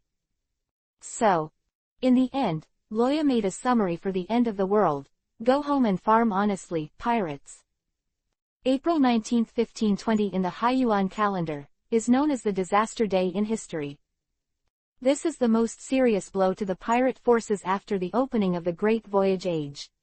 Countless famous big pirates disarmed and returned to the fields, incognito, and became ordinary people again. Even if someone was arrested by the Navy for leaking information, they were silent and allowed to be beaten and scolded. Really, there is no hope. This is the truest portrayal of their hearts. In the face of the terrible undead natural disaster, no one has the courage to fight against it. The pirate world expected by the Navy and various forces shook, and it was over before it started. The tide of the times is still rolling forward. Maybe the pirates will disappear from the world stage because of this, who can tell? Today is a day off, tomorrow will be 4 shifts. I was happy today. On weekends off, the big tree who got up at 8:30 took a shower and finished eating and found a comfortable body position to update the code. When I finished coding 1,000+ words, someone knocked on the door and gave me a pound of yak meat. I just remembered yesterday was the winter solstice. But the winter solstice ghost knows why he wants beef, or yak meat. Then, Dashu clicked on Station B and glanced at the recommended videos. It's true that these two things are not related, but when I see the phone, I want to move it, I can't help it. In the first row of the recommendation column, there was a video of a well-known, Hearthstone ordinary, anchor dog director. After watching it, my hands were itchy, so I opened the Hearthstone and prepared to rub a few hands. And then, all kinds of being hanged and beaten. The big tree of this game just went to college and played it for a few days in the public beta. After playing the man-machine mode, it didn't move much. Now I go back and don't understand anything or have nothing, so I bought a package of several hundred yuan, thinking about how much less than a set of decks. Do you know why I call it Hearthstone normal? The angry tree started to take an adventure, ready to beat the kobold. There are still 3 missing, warrior knight and warlock.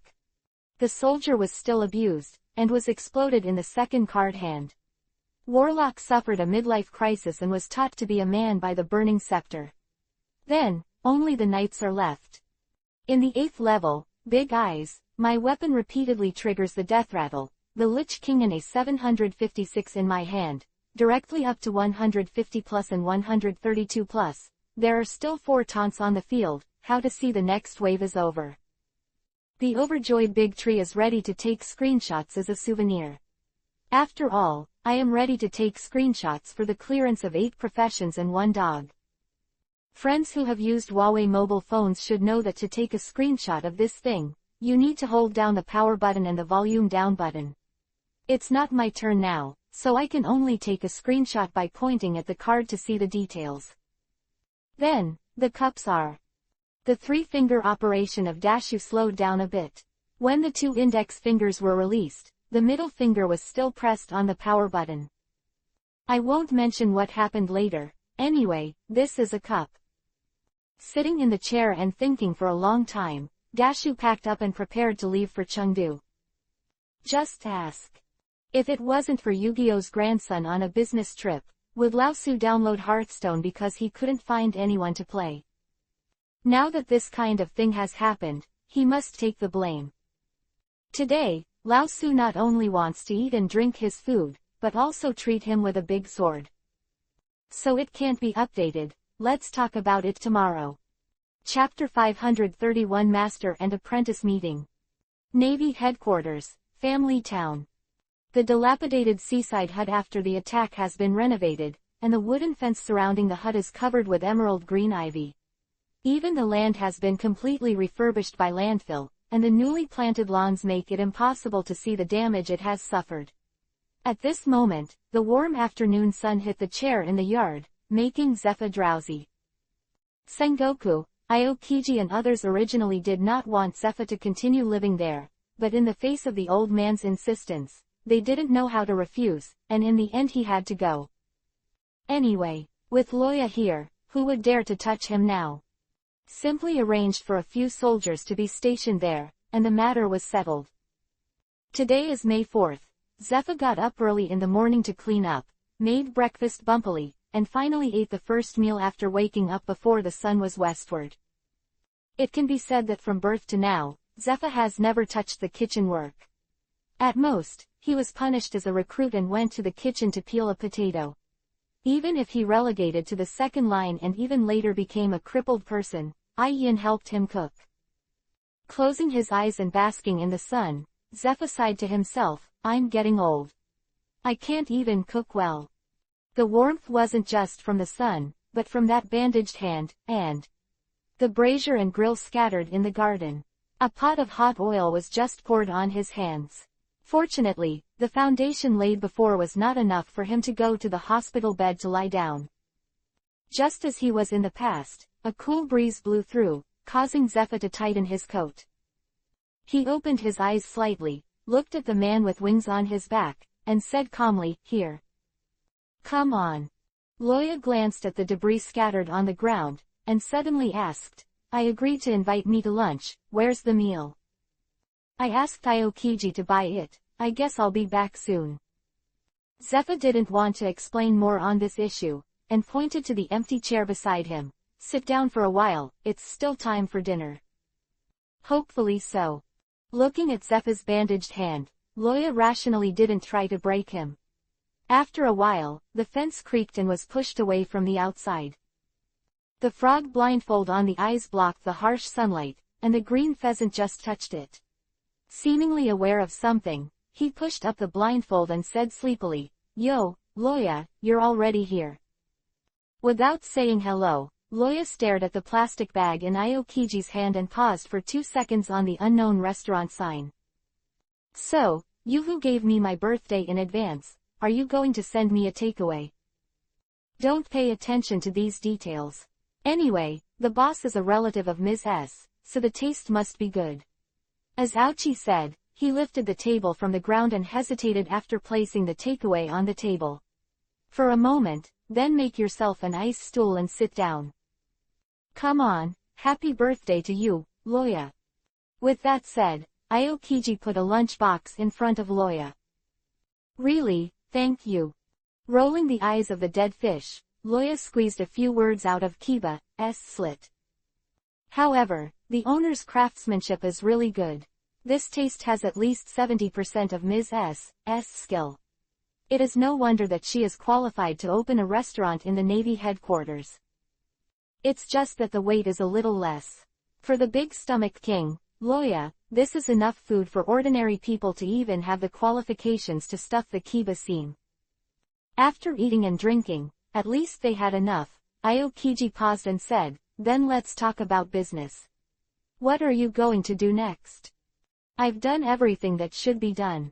No one has the ability to grab something from me. The next thing will naturally depend on your navy. Luoya grinned, and Shui Zephyr squinted and leaned back in the chair. You know I'm not talking about pirates. Qingzi was silent for 2 seconds, then looked at him seriously. Dragon people, world government, what are you going to do? It depends on the situation. There will be no action for the time being. There won't be any action. Aokiji sneered. Contact with the Silencer army, let Jones find pure gold, and secretly inquire about ancient weapons. Is this what you call no action? Aokiji has his own intelligence network, from the Navy, from the Silencer army, and from the pirates, which he has arranged little by little over the years. Even Crane and Sengoku are unaware of it. But both Loya and Zephyr know. So it's not surprising that Loya can find so many things. Isn't it a better choice for me to put my hope on pirates and Drago? Loya said a word without thinking, but the information in it was clear enough. You, me, Scylla, what we pursue is the same, and now the three of us join forces, which is the best choice for our respective interests. Ahem, about Scylla, you'd better be careful. At this time, Zephyr coughed to attract the attention of the two. His eyes were half closed, revealing a subtle emotion. That guy is much more difficult than his father. In all fairness, I don't want you guys making such a dangerous choice. Quote. After all, it's that Antonio. The king. It's really tricky. Loya and Aokiji frowned slightly, not knowing what they were thinking, and the scene suddenly stopped for a while. Those Navy soldiers stationed not far away were hiding in every corner, holding their weapons nervously, watching them with trembling legs. The worst dragon actually appeared in the Navy headquarters. Where is the joke coming from? Moreover, Marshal Sengoku clearly knew. Why did they not allow them to do it? Even the leader of the Hawks, General Akainu, turned a blind eye to this matter. Are we too ignorant, or is the world too crazy? However, if they could not do it, they breathed a sigh of relief from their hearts. It was not long after the disaster day, and no one could forget the tragedy that day in the world. If you move your hands here, the Navy headquarters will turn into the appearance of Wonguo, and it will be chilling to think about it. Speaking of which, Zephyr suddenly broke the silence and asked with interest, Loya, do you know whose birthday is tomorrow? May 5th. Aokiji and Loya blinked, and in their heads there was a former lieutenant general who had no shape all day long, Koha laughing and wandering around. 10,000 Bailey, I bet Luffy will go out to sea and become a pirate. Suddenly, Loya raised a finger with a smile and said to Aokiji and Zephyr. You have no confidence in yourself. And Garp has returned to Windmill Town, he has no chance. Chingzi raised his eyebrows and opened his palms. 50,000 Bailey, I bet he doesn't yes. What kind of lousy, what kind of seed, think about Dorag. Zephyr glanced at Chingzi with disdain, and also raised a finger. 100,000, I bet he will. You have so much money. Loya and Aokiji looked up at Zephyr with a bewildered expression at the same time, shocked by the amount of money he shot. Humph. Joke. The old god Zephyr despised them both, and gave himself a thumbs up. This old man has retired as a general and has been a chief instructor for decades. I am richer than you two think. Enough for your retirement. Loya complained silently, and just after he finished speaking, Chingzi wisely stepped aside and let such a big barbecued iron bar hit Loya's head. Chapter 532 Luffy Goes to Sea.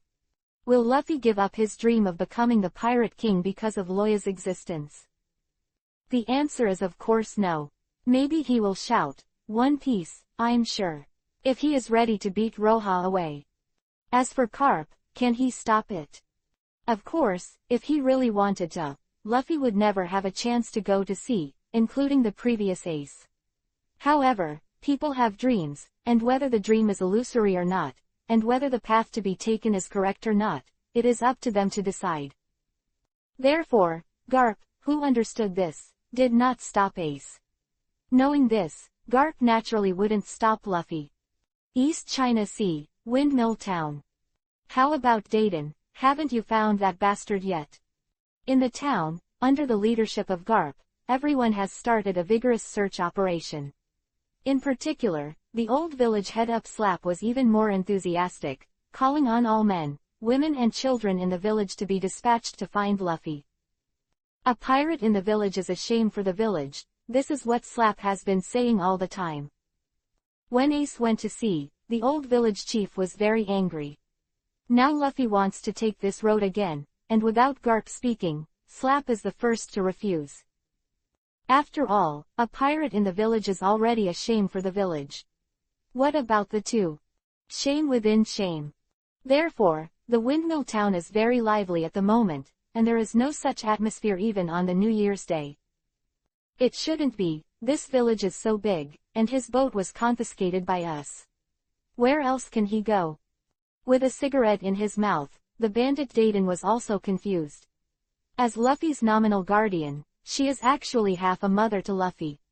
Since as a mother, Dadan is of course aware of Luffy's temper and character. If he can't find Luffy, the kid will definitely go to sea. But now she has searched all over the nearby places where Luffy often goes, but no one said that she had seen it. Then keep looking, I don't believe he can really run away. Garp bit the donut viciously, feeling his fist was extremely itchy, and wanted to punch something. Luffy's rubber face is very good. Not here, go over there and see. Okay, is there anyone in the fishing boat? Yes, let's go to the back of the alley. Hearing the clamor outside, Makino was worried and looked at the wooden barrel in front of him. Hey Luffy, why don't you do this? I'm afraid that you will be beaten if Mr. Garp finds you. Die. That's why I absolutely cannot be found. Please, Sister Makino. Luffy's sullen answer came from the wooden barrel. He struggled hard, opened the lid, and gasped with a gloomy expression. What's in this? It smells bad. There's spirits in there, so of course it doesn't smell good. Makino was talking when the door of the tavern was suddenly pushed open, and Cap walked in carelessly. Hide Luffy, your grandfather is here. Not good. Hearing this, Luffy went back into the unpleasant wine barrel without saying a word, and closed the lid by himself. If it wasn't for conditions that didn't allow it, he would definitely put a nail on the outside. Makino, are you there? Here, Mr. Cap. Makino came out of the back room and wiped the water stains on his hands. Have you found Luffy yet? Yeah, it's been so long. Carp sighed helplessly, then pointed to the menu behind the bar. Just give me a seafood fried rice, I'm starving to death. Okay. Seeing that Carp was not suspicious, Makino secretly breathed a sigh of relief and smiled back. Because I'm the only one today, so please wait a little longer. No problem, it's good to have some food. Back in the back kitchen, Makino clutched her chest and took a deep breath. Then she looked at the small kitchen, and a look of determination flashed in her eyes. Luffy, get ready, and I'll take you away right away. Well, thank you. Seafood fried rice naturally doesn't take too long, and soon, a fragrant fried rice will be out of the pot. Makino took it out and handed it to Garp, then walked out the door, pulling a small trailer. Mr. Cap, I'm going to buy wine. You can just leave the money after you eat. Okay. Carp waved his hand, indicating that he knew. This is a daily routine in taverns. The barrels on the trailer are not from the tavern, and must be sent back to others before they can be sold. Seeing this, Makino pretended to be calm, pulled the trailer and walked forward step by step. It's okay, no one will find out. After all, everyone is used to seeing these things. Makino quickened her pace while encouraging herself. But right now. Goo! An earth-shattering sound of thunder came from the barrel, and Makino's face turned pale instantly, looking at the barrel in disbelief. Luffy, are you hungry at this time? Not only her, but the rest of the people on the street also heard the sound and turned their doubtful eyes. Hey, Makino, what was that voice just now? Ha ha ha ha, it's me, I haven't eaten lunch yet. Makino scratched the back of her head regardless of the image of a lady, and smiled awkwardly. Goo! Click! Makino, who was doing her best, turned black in an instant, and her whole body exuded a flame called shame and anger. Will you die if you endure it for my mother? Boom! One kicked on the wooden barrel, and in the eyes of the onlookers looking at the monster, there was a large living person, a large wooden barrel weighing at least 90 kilograms, and was kicked into the sky by the petite and lovely Makino. It's over, I'm going to suffer. After the explosion, Makino covered her mouth regretfully, looking at the rapidly falling wooden barrel. Naturally, Luffy won't fall to his death, but the barrel will rot. At that time, wouldn't he be directly exposed? Seeing the barrel fall, Makino's heart also sank. And then, poof! It actually fell into the sea. A group of people looked at the wooden barrel in confusion, not knowing what the situation was now. But soon, the lid of the barrel was lifted, and the figure everyone was trying to find emerged from the barrel. Hiccup! Luffy, who was dazed by Yuhi, hiccups, shook his head and shouted to the silent man on the opposite bank, Hey Makino-san. I didn't mean to. I can't control myself when I hear your fried rice. Ah, hiccup.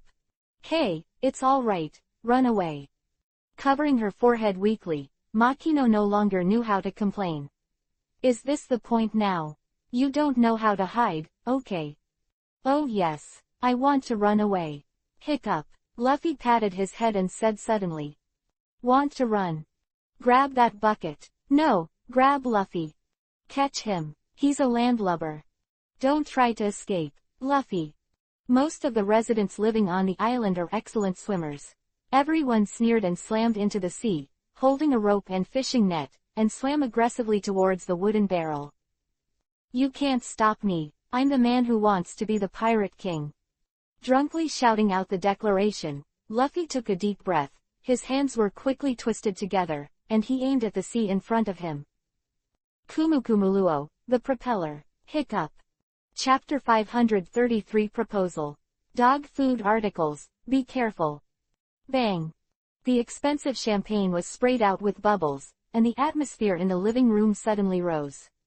The crowd danced wildly under the stage, and everyone was enjoying this annual feast to the fullest. Like Hefeng, the Turtle Island today is also a bit more lively than the Chinese New Year. All activities were suspended, and everyone gathered on Turtle Island to celebrate Loya's birthday. Happy birthday, Loya! Happy birthday, Master! The backbones of Turtle Island lined up in turn, wishing Loya on the main table at the table, and at the same time sending the gifts they prepared. With Eloha's current status, if a special event were to be organized, the people present would probably surprise the whole world. But that's very troublesome, and he doesn't like to shirk the blame, so the scope is limited to Turtle Island, and it's fine for him to be happy. Well, no one has any opinion on Nicole Robin sitting next to Loya. The relationship between the two is flat, and they have reached this stage like water, and the layer of window paper has not been revealed yet. In fact, neither of them is the kind of character who desires to be vigorous, and they have long passed the age of expectation and dream. One is 29 years old and the other is 28 years old. At this age, they all understand that ordinary feelings are the most real and happiest. Of course, they wouldn't mind if it could be romantic. Thank you. After collecting the gifts one by one, Loya gave Jones a wink. The latter nodded clearly, and sprang out of the living room a few times. Robin, who was sitting quietly, didn't notice the small movements of the two. After a compliment, she looked at Loya who sat down beside her again and asked, "Aren't you going to take it apart?" In the place behind the two, large and small colorful gift boxes have been placed into a hill. In addition to their own, there are gifts from some existences of the world government. Of course it won't be a simple gift, maybe there are some important things. The most important part is still missing. Let's take it apart when everything is ready. Loya shook his head and smiled mysteriously. Who else? Robin frowned and thought. On the Navy side, Loya had already gone to see his two teachers yesterday, so it shouldn't be them. Gifts from the Antonio family and the 5 old stars were also sent, and even the Silencer army sent a blessing. Who else is there? Could it be that, me? Robin blinked dazedly, and he seemed to take it for granted, so he didn't prepare anything at all. And even if she wanted to give it away, she couldn't think of what to give for a while. A little embarrassed, Robin picked up the champagne and sipped it. A touch of Yan Yuhi appeared in the ear. I don't know if it was because of alcohol or something else. At this moment, Jones trotted back to the living room and handed a delicately decorated square box to Loya. Looking at the box, Robin was a little disappointed, but he couldn't help but wonder, who sent this? I sent it. You. Robin didn't understand what Loya meant. The most important gift you said is the one you gave yourself. Want to be so funny? Give me back my feelings, you bastard. You're right in the front, but I'll change it later. Loya shook her head, suddenly took Robin's hand, and put the box in her palm. I gave it to you. It was planned for a long time, but it was delayed until now because you weren't ready for your birthday. Yes, is it? Robin's face became more dizzy, holding the box unnaturally. The The resentment about the strange-shaped flower that Loya sent to her on her birthday disappeared. My aesthetic is really weird, but that's not why you don't care. The box is not very heavy, even light. Robin let Loya hold his hand and asked curiously, what's inside? You can see if you open it. It seems that because this is the first time, Loya also feels a little dry in his throat. But fortunately, after learning to return life, it will not make people feel that something is wrong and make a fool of himself in public. Mysterious. Rolling a glance at Loya, Robin opened the color bars on the box with anticipation. Under the color package, there is a box with a purple pattern on a black background. This is Robin's favorite color combination. Based on this alone, we know that Loya has definitely put his heart into it. Both were a little nervous as the box was opened. Open the box, there are rolled drawings placed side by side. Robin didn't rush to comment, because she was vaguely aware of what it was. Picking up a scroll of drawings with his fingers, Robin opened it slowly, and then suddenly widened his eyes. This is historical text. Loya held his face beside him and whispered, yes, everything I can find is here.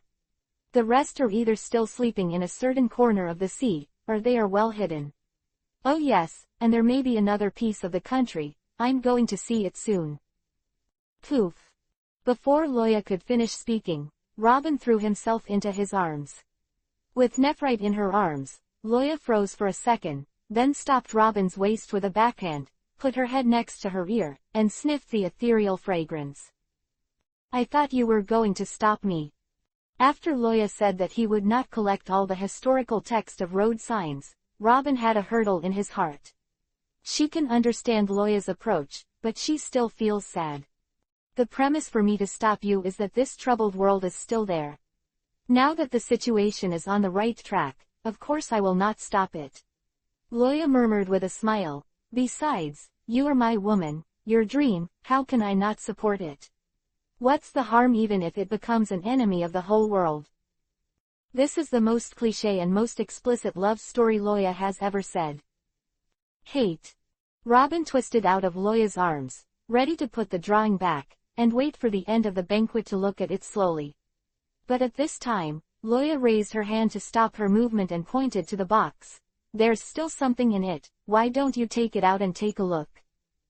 Also, Robin is really surprised now. Since it is placed at the bottom, it means that taking things in Loya's heart is more important than the historical text.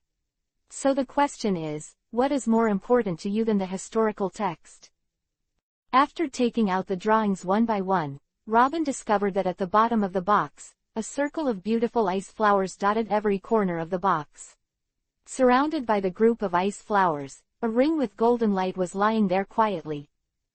The golden light is reflected by the crystal-clear ice, which is charming and dazzling. The workmanship of the ring is from a famous master at first glance, and every detail is perfect, with a little more than a little bit. Robin held his breath for a moment, covering his mouth and panting rapidly, his towering chest undulating, making Loya's mouth dry. Reluctantly using magic to keep his senses, Roja's hand that can easily pierce through steel and raise the Sea Kings will not tremble, but at this moment, he is shaking uncontrollably. Picking up the ring, Loya pulled Robin and stood up. Swish swish. Ulysses and others, who had been prepared for a long time, broke out at their limit speed, and removed all the gifts on the table and bench. Tony and the others carried flower baskets and scattered pink petals all over the sky. Throwing out Perona, who came to watch the fun, Loya took the ring and slowly knelt down on one knee. My lifespan can be said to be endless. After all, this is the body of a giant dragon. 100 years of my life is but a fleeting moment for me. He spoke slowly and raised the ring. You can say that I am selfish, or you can say that I am unreasonable. However, I am sure that I can't do it. In my long life, without your company. So, Nicole Robin, will you marry me? Looking at Loya, who was looking at her with a look of hope, she was already full of tears. Well, I will. Chapter 534 Dorig's Goal. Great Root, Island of Shiraito, Baldigo. When Loya came here, the whole island was empty. Even if it was the headquarters of the Silencer army, it was inaccessible, and it was quiet and scary at the moment. As far as the eye can see, there is snow everywhere. That's certainly not real snow, just like its name, the island of Shiraito, where the soil is all mixed with a special white color. However, it's actually not as quiet as it seems. In Loya's perception, the existences with strong life breath are hidden in the secret passages below the ground. Among them are those who have been branded by themselves, and they are watching their every move through surveillance phone bugs. In this regard, Loya sighed. I said, you guys, why don't you come out to greet me personally? Don't give me face. Do you think I don't have the ability to sink this island? Or do you bet I don't dare to do that? Gollum. In the face of Loya, who exudes a strong suffocating energy all over, even through the image, a group of people are also hanging their hearts. Of course, not to go out to face Loya. This is the order of the leader Monkey D. Drago. Even if Loya says so, they will not disobey the order. However, Drago naturally did not allow Loya to sink the island, and he never doubted that the man in front of him did not have that ability. Walking out from behind the big stone hiding, Drago stood alone in front of Loya. Sorry, I can't fully trust you yet, so I have to make sure that there are no other enemies behind you. Hearing this, Luoya spread out his hands. I gave you such a strong fighting power, and you are still doubting me. Can you trust me a little more? If it's really just combat power. Drago said a word, not ready to tangle more on this matter. The pale Murloc Haku suddenly crawled out of the tunnel and came to Drago and said something. Loya heard it clearly. That was Haku telling him that except for Loya, no one else existed in this island for hundreds of miles. The reason why Haku exposed the tunnel so blatantly was because both of them knew that this little trick could not hide the ice dragon in front of him. His sense of the breath of the living can even penetrate steel. It is impossible to hide from Loya's eyes with the dirt partition of the tunnel. Nodding, Drago didn't care whether Loya heard clearly or not, and made a gesture to him. Please come in for a cup of tea. As the alarm was lifted, the soldiers of the silenced army came out of the tunnel one after another. In the buildings above ground, the humble halls were crowded with people. But they were all standing around. Only Loya and Drago were sitting around the round table in the center. What is the important information you said about the rune on Vegapunk's hand? Being able to make Drago take the initiative to invite himself, then Loya doesn't think the important information in his mouth is an insignificant trivial matter. With his current status, he knew the end of such a joke. I'll talk about this later, but before that I want to ask, can you provide more? That kind of imprint. Drago's first sentence made Loya suspicious. Mark. What are you talking about on them? Pointing at Haku, Loya asked in surprise, what are you going to do? This kind of mark consumes life force and converts it into magic power to use the freezing ability, which is not uncommon in the system of mages. But precisely because it consumes life force, every sorcerer is cautious every time he overdraws life force, for fear of burying himself in it if something goes wrong. Now Dorag still wants this kind of mark, on the premise that he knows the price.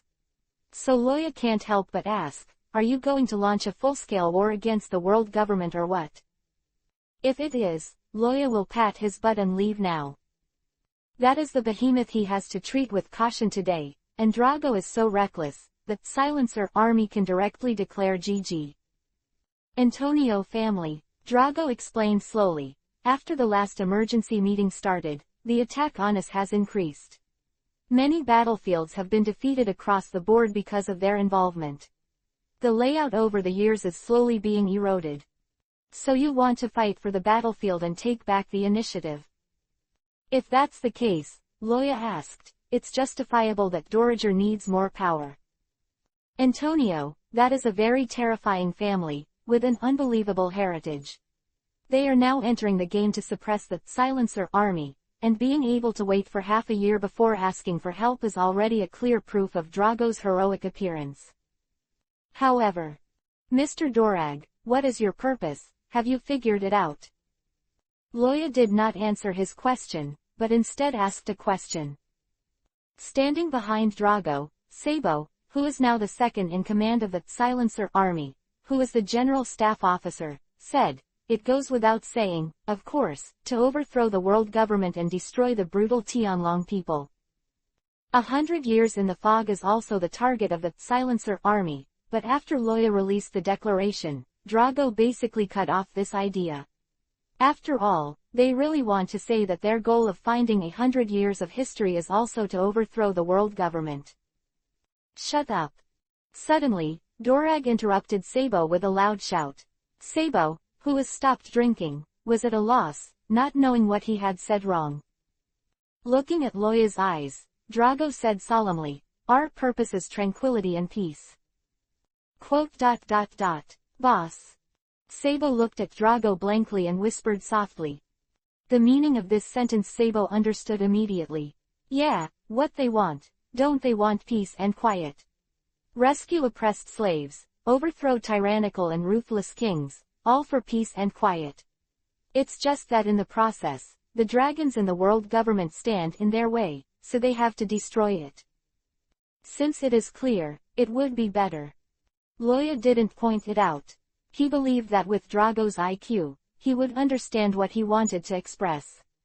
After a pause, he waved his finger, and ice crystals appeared out of nowhere, and landed on the table. Now that he makes this kind of parasitic bomb, he no longer needs to work as hard as before. However, even if it was effortless, the number of these ice crystals he took out was far from enough. Not to mention comprehensive resistance to encroachment. Even if you want to keep the existing stronghold, you have to show 12 points of energy. That's not enough. More than 30 kingdoms, strongholds have been destroyed. Someone said worriedly, and at the same time was somewhat dissatisfied with Loya. They have come up with the consciousness of risking their lives. Is Loya showing pity for them? Just as you don't trust me, I don't trust you either.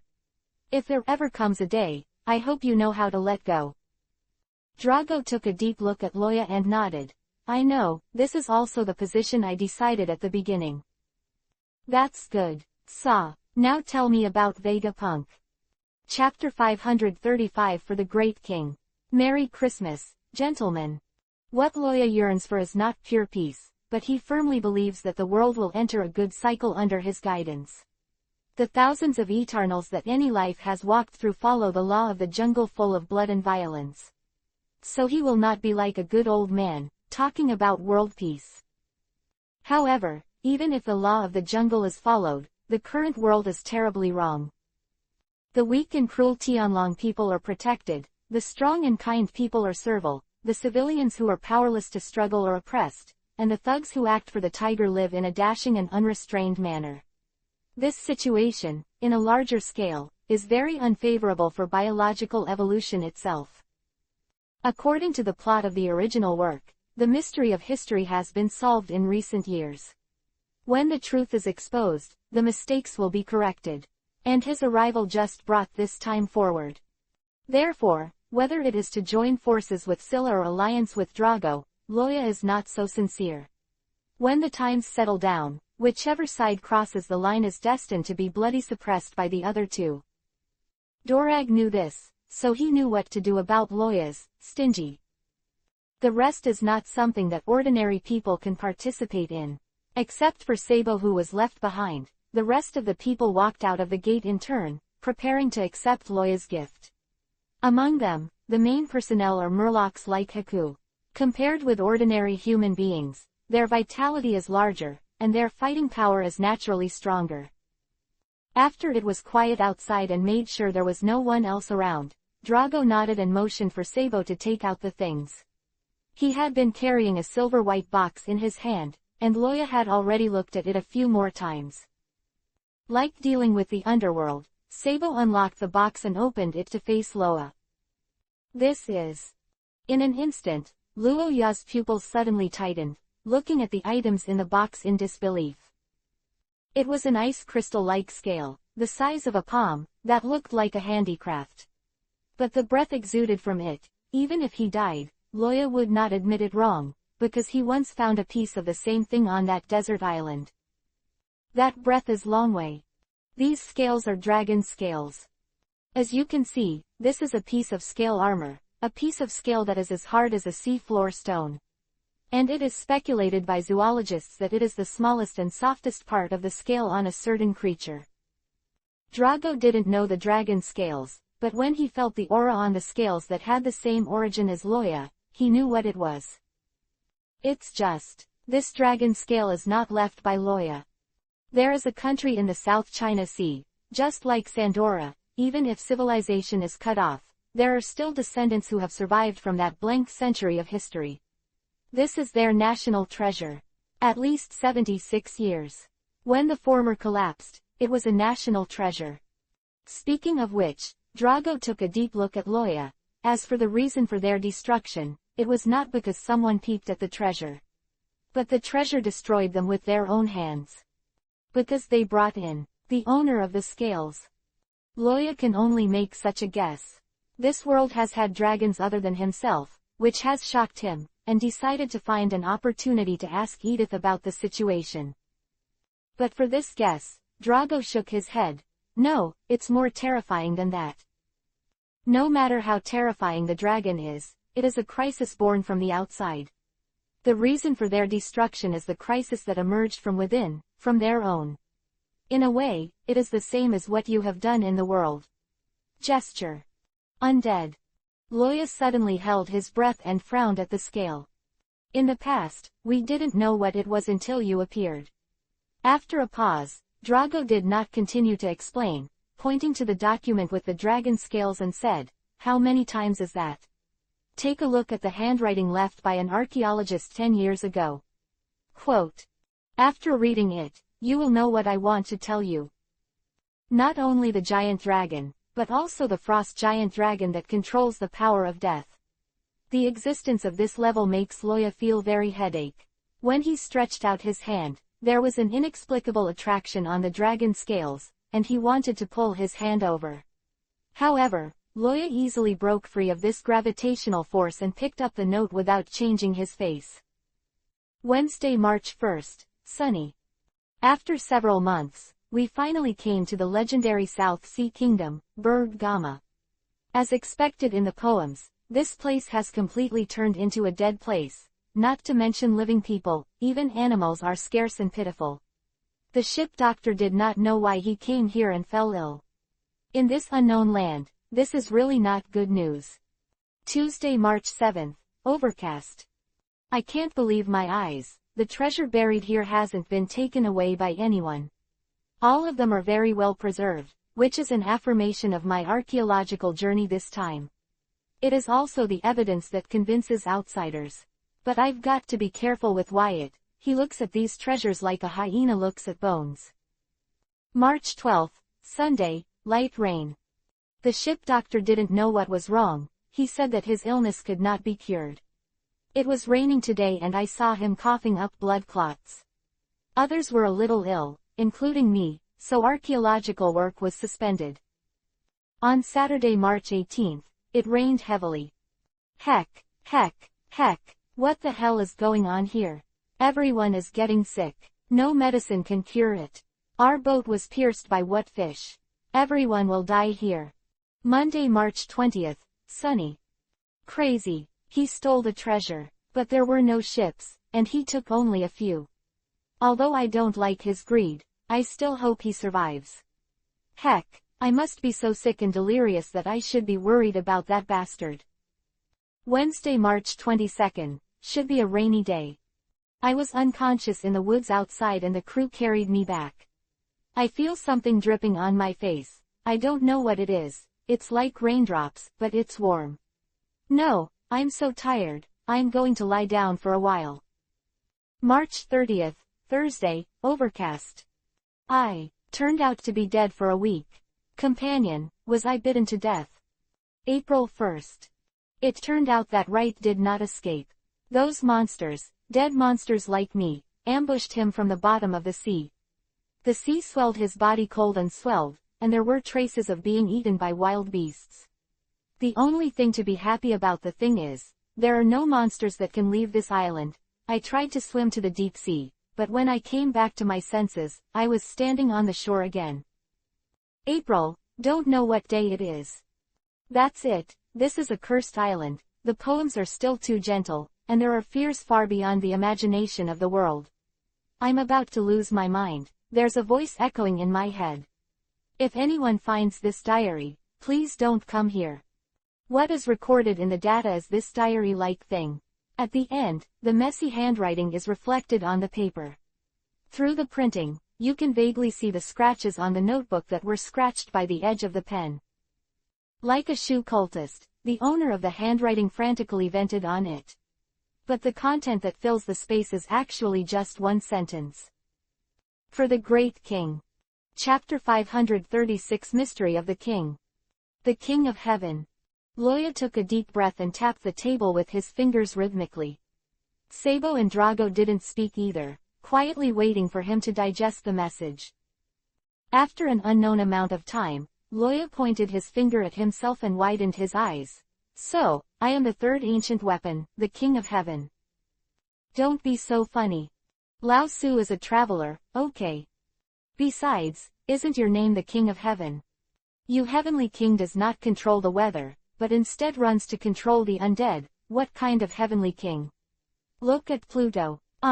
Well, this one has been exposed. It's just that it's very likely. Well, probably more than 90%. Seeing Loya's stunned expression, Drago felt that he had pulled back a game, and he rarely opened his mouth to tell a joke. However, feeling the sudden chill in the air, he quickly coughed twice and changed the subject. I used to serve as a guard beside Vegapunk, so I came into contact with more things. You know, why did the Antonio family fail? Now why have they regained the upper hand? Don't say it's all because of me, I don't carry the blame. It happened dozens or hundreds of years ago, when Loya was not born in his own world. If even so, in the final analysis, the root cause of the chaos in this world still lies in yourself, then it is really. It hurts. Although I can't be 100% sure, it's similar to what you think. Drago replied solemnly. The Antonio family has always been a master of summoning the ancient weapon, King of Heaven, but it was lost a long time ago. Before that, I don't know very well what happened in history, but 200 years ago, the reason why they failed was because the 5 old stars stole their recovered cards by means. And now, the reason why they are successful is also the same reason. They don't know how to get back their cards for summoning the King of Heaven, forcing the 5 old stars to submit. That's why we have today's situation. So I guess that it is because of the existence of the Tianlong, that the 5 old stars will protect the Tianlong people, and it is also the reason why the Antonio family wants to seize power. The wise master, in the history of the Antonio family, the true founder of the world government, this kind of information that is a great threat to the 5 old stars is naturally blocked very strictly. Even if Drago served as a guard beside Vegapunk, it was normal and clear that he would not have access to this absolute taboo information. Therefore, he always thought that the world government was originally ruled by the 5 old stars, and the ambitious family was the Antonio family. Loya didn't intend to reveal too much information. He held his hand and pointed at the scales with his chin. So you want to tell me that the rune on Vegapunk's wrist was actually laid by Tianlong with his own power? Or do you think that I, who is also suspected of being the King of Heaven, have the ability to unravel it? To this, Drago nodded. But have you considered, not to mention that this matter can't be concluded, it is hard to say whether the king is a giant dragon. And even if it is, in case. Loya looked at Drago, an inexplicable smile appeared on the corner of his mouth. The former King of Heaven is still alive, what do you think will happen? Nani? Are creatures from hundreds of years ago not dead? I can give you the bottom line, Drago. Loya shook his head with a smile. The immortality that the world is looking for has long been my own ability. In terms of the lifespan of a giant dragon, an eternal with rotten rocks and vicissitudes is only a short period of time. Is that so? Drago and Sabo were shocked by these remarks. They always thought that the King of Heaven was an inheritance of destiny, and that in every era, someone would awaken this kind of power. But according to the information that Loya said now, things seem to have become very complicated. Is an almost immortal being really dead? Ancient weapons. This is a term that runs through the world of One Piece, from the remote ancient times to today. If it's just a long time ago, maybe few people will pay attention to them.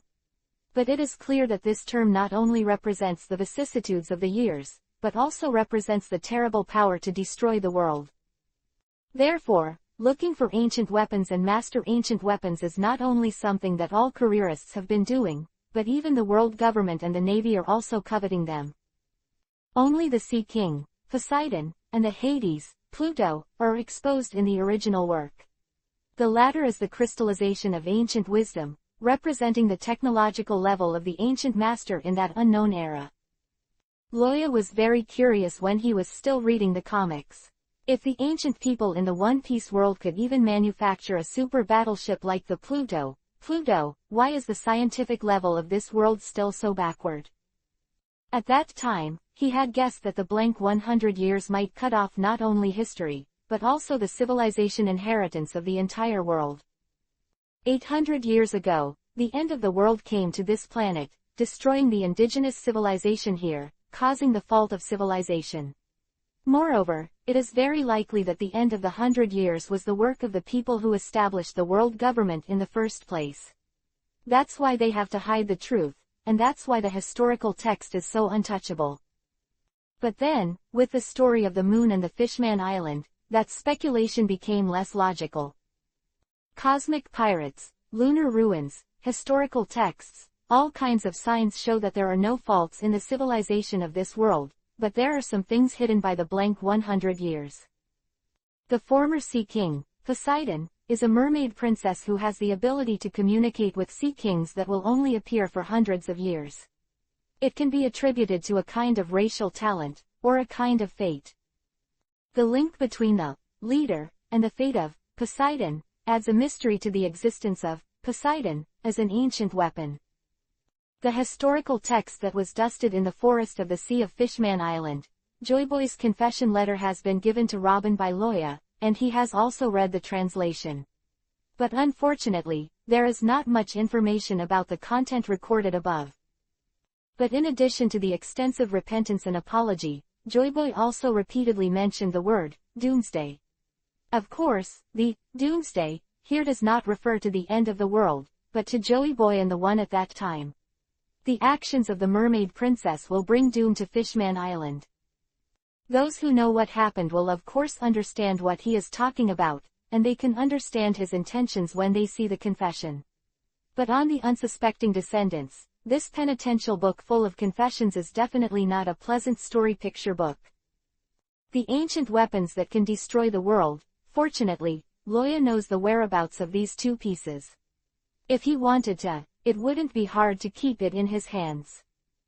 But unfortunately, the unknown third ancient weapon, judging from the existing information, is somewhat difficult to deal with. As a dragon slayer who masters the power of the frost dragon in the One Piece world, Loya knows the horror of the frost dragon. If it's just the frost giant dragons transformed by the blue dragon's corpse under the two fools, if they face it alone, with his current strength, he can easily crush it. Even if he doesn't need to take action, just dispatch some indigenous strong ore, that kind of frost dragon will be cleared for 1 mana. But could it be such a simple existence to be able to juxtapose with the Sea King, Poseidon, who communicated with superlarge sea kings, and the Hades, Pluto, who destroyed an island with one shot? The answer is of course no. I hope it's not like me, it's a frost dragon that has been magically transformed and then transformed. Flying high in the sky, Loya sighed and headed towards Turtle Island. Chapter 537. Whose girl is blind at such a young age? Turtle Island, Castle Hall. Jones, I have a task for you to do. Sitting on the main seat, Loya stirred the coffee with a spoon made of silver, and said to Jones below, bring some people to station in the Chambord Islands and keep an eye on every pirate who goes to Fishman Island. Ah, what exactly are you going to do? Kill them. If they just sent troops to station where the pirates must pass, they would have done such a thing long ago. But since Chambord is an archipelago, the roots of the Yuhi tree, Alchiman Yuhi tree, make the terrain complicated, so it did not achieve much effect. Looking at Loya's intention to let him go, does it mean that he wants to be real? Pirates. Loya took a sip of coffee. You can look at the arrangement yourself, as long as you try to avoid the sight of the Navy. Now that we are hostile to them, it's not good to cause trouble. After a pause, Loya continued, but you have to remember that once there is turmoil on Fishman Island, immediately send troops to suppress it. Whoever dares to stop you will kill him. Fishman Island. Jones, who didn't know Akatsuki's real body, whispered the name, and although he didn't know what he was talking about, he still nodded seriously. It is related to Lord Loya's plan, and he knows how to place his position. Additionally, after arranging Jones, Loya turned his attention to the rest of the group.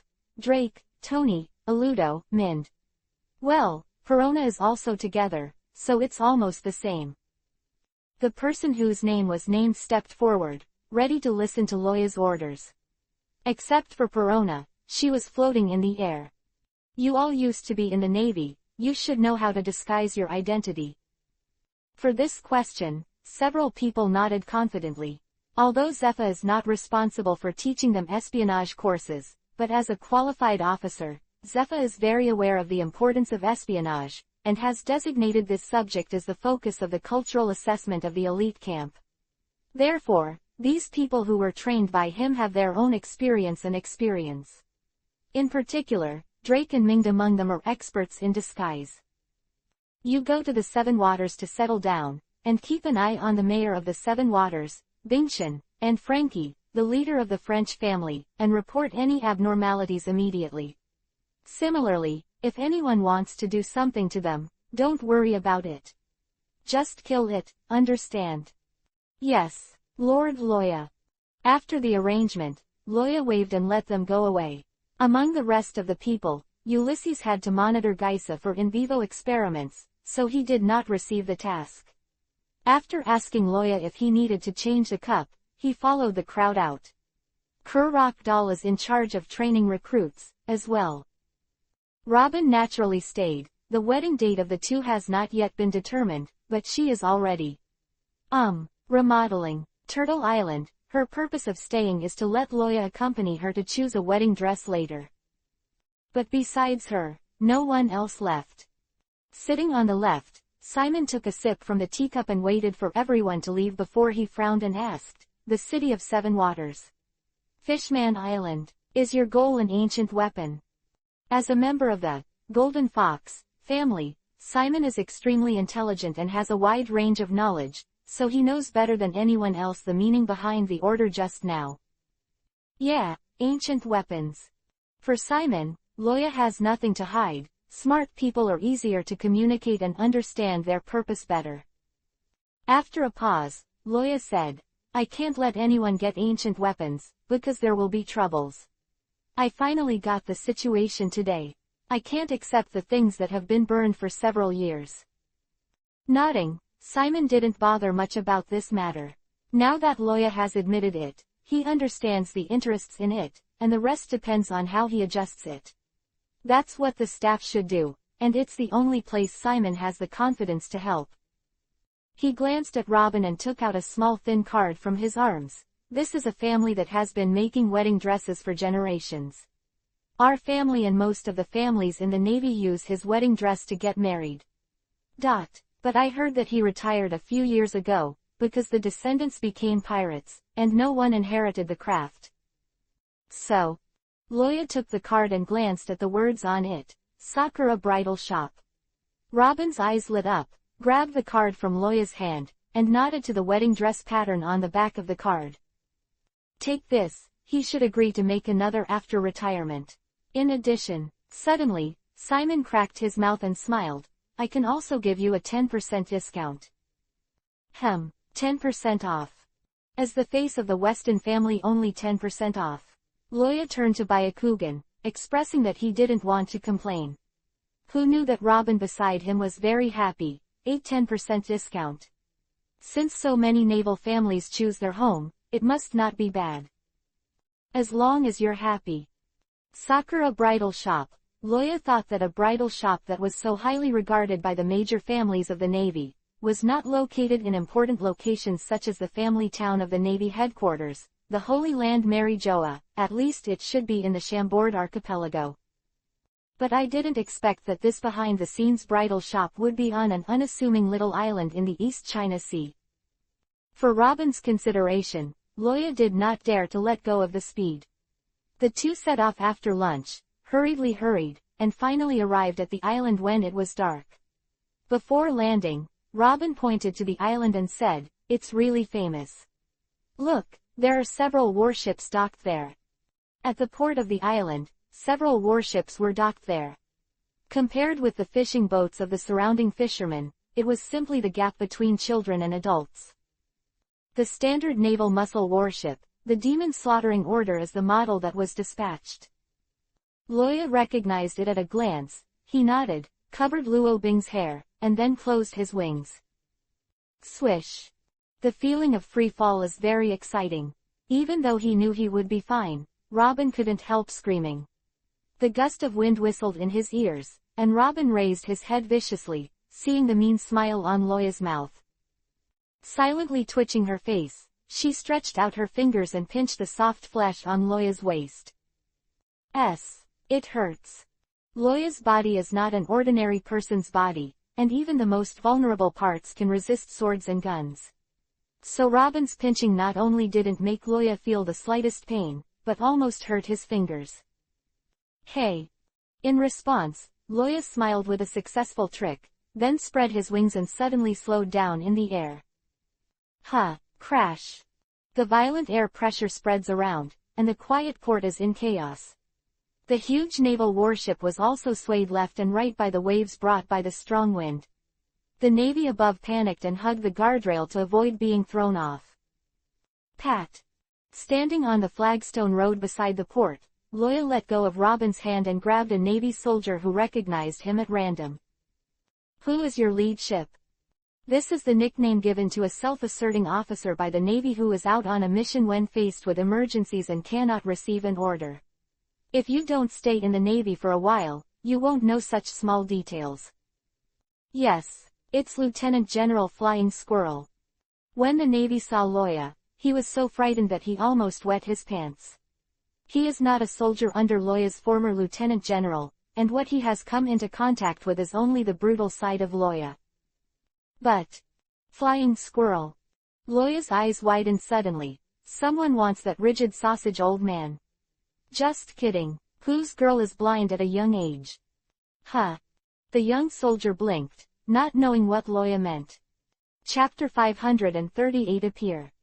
At the same time that Loya landed on the island, the destination of their trip, Sakura Bridal Shop, the two groups were facing each other. Well, there are indeed two groups of people, one Navy and one pirate.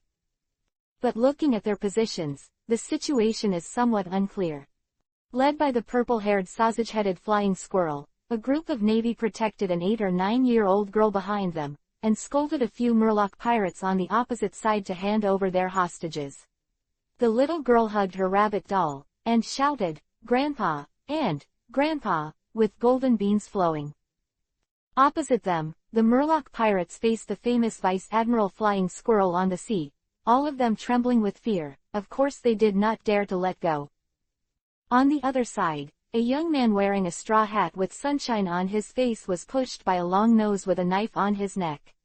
He let the Navy leave in a stern voice, threatening to kill the grandson of a naval hero. It's just that as a hostage, the Straw Hat Youth's expression was too calm, and he even said that he was still in high spirits, looking at the farce in front of him with a curious expression.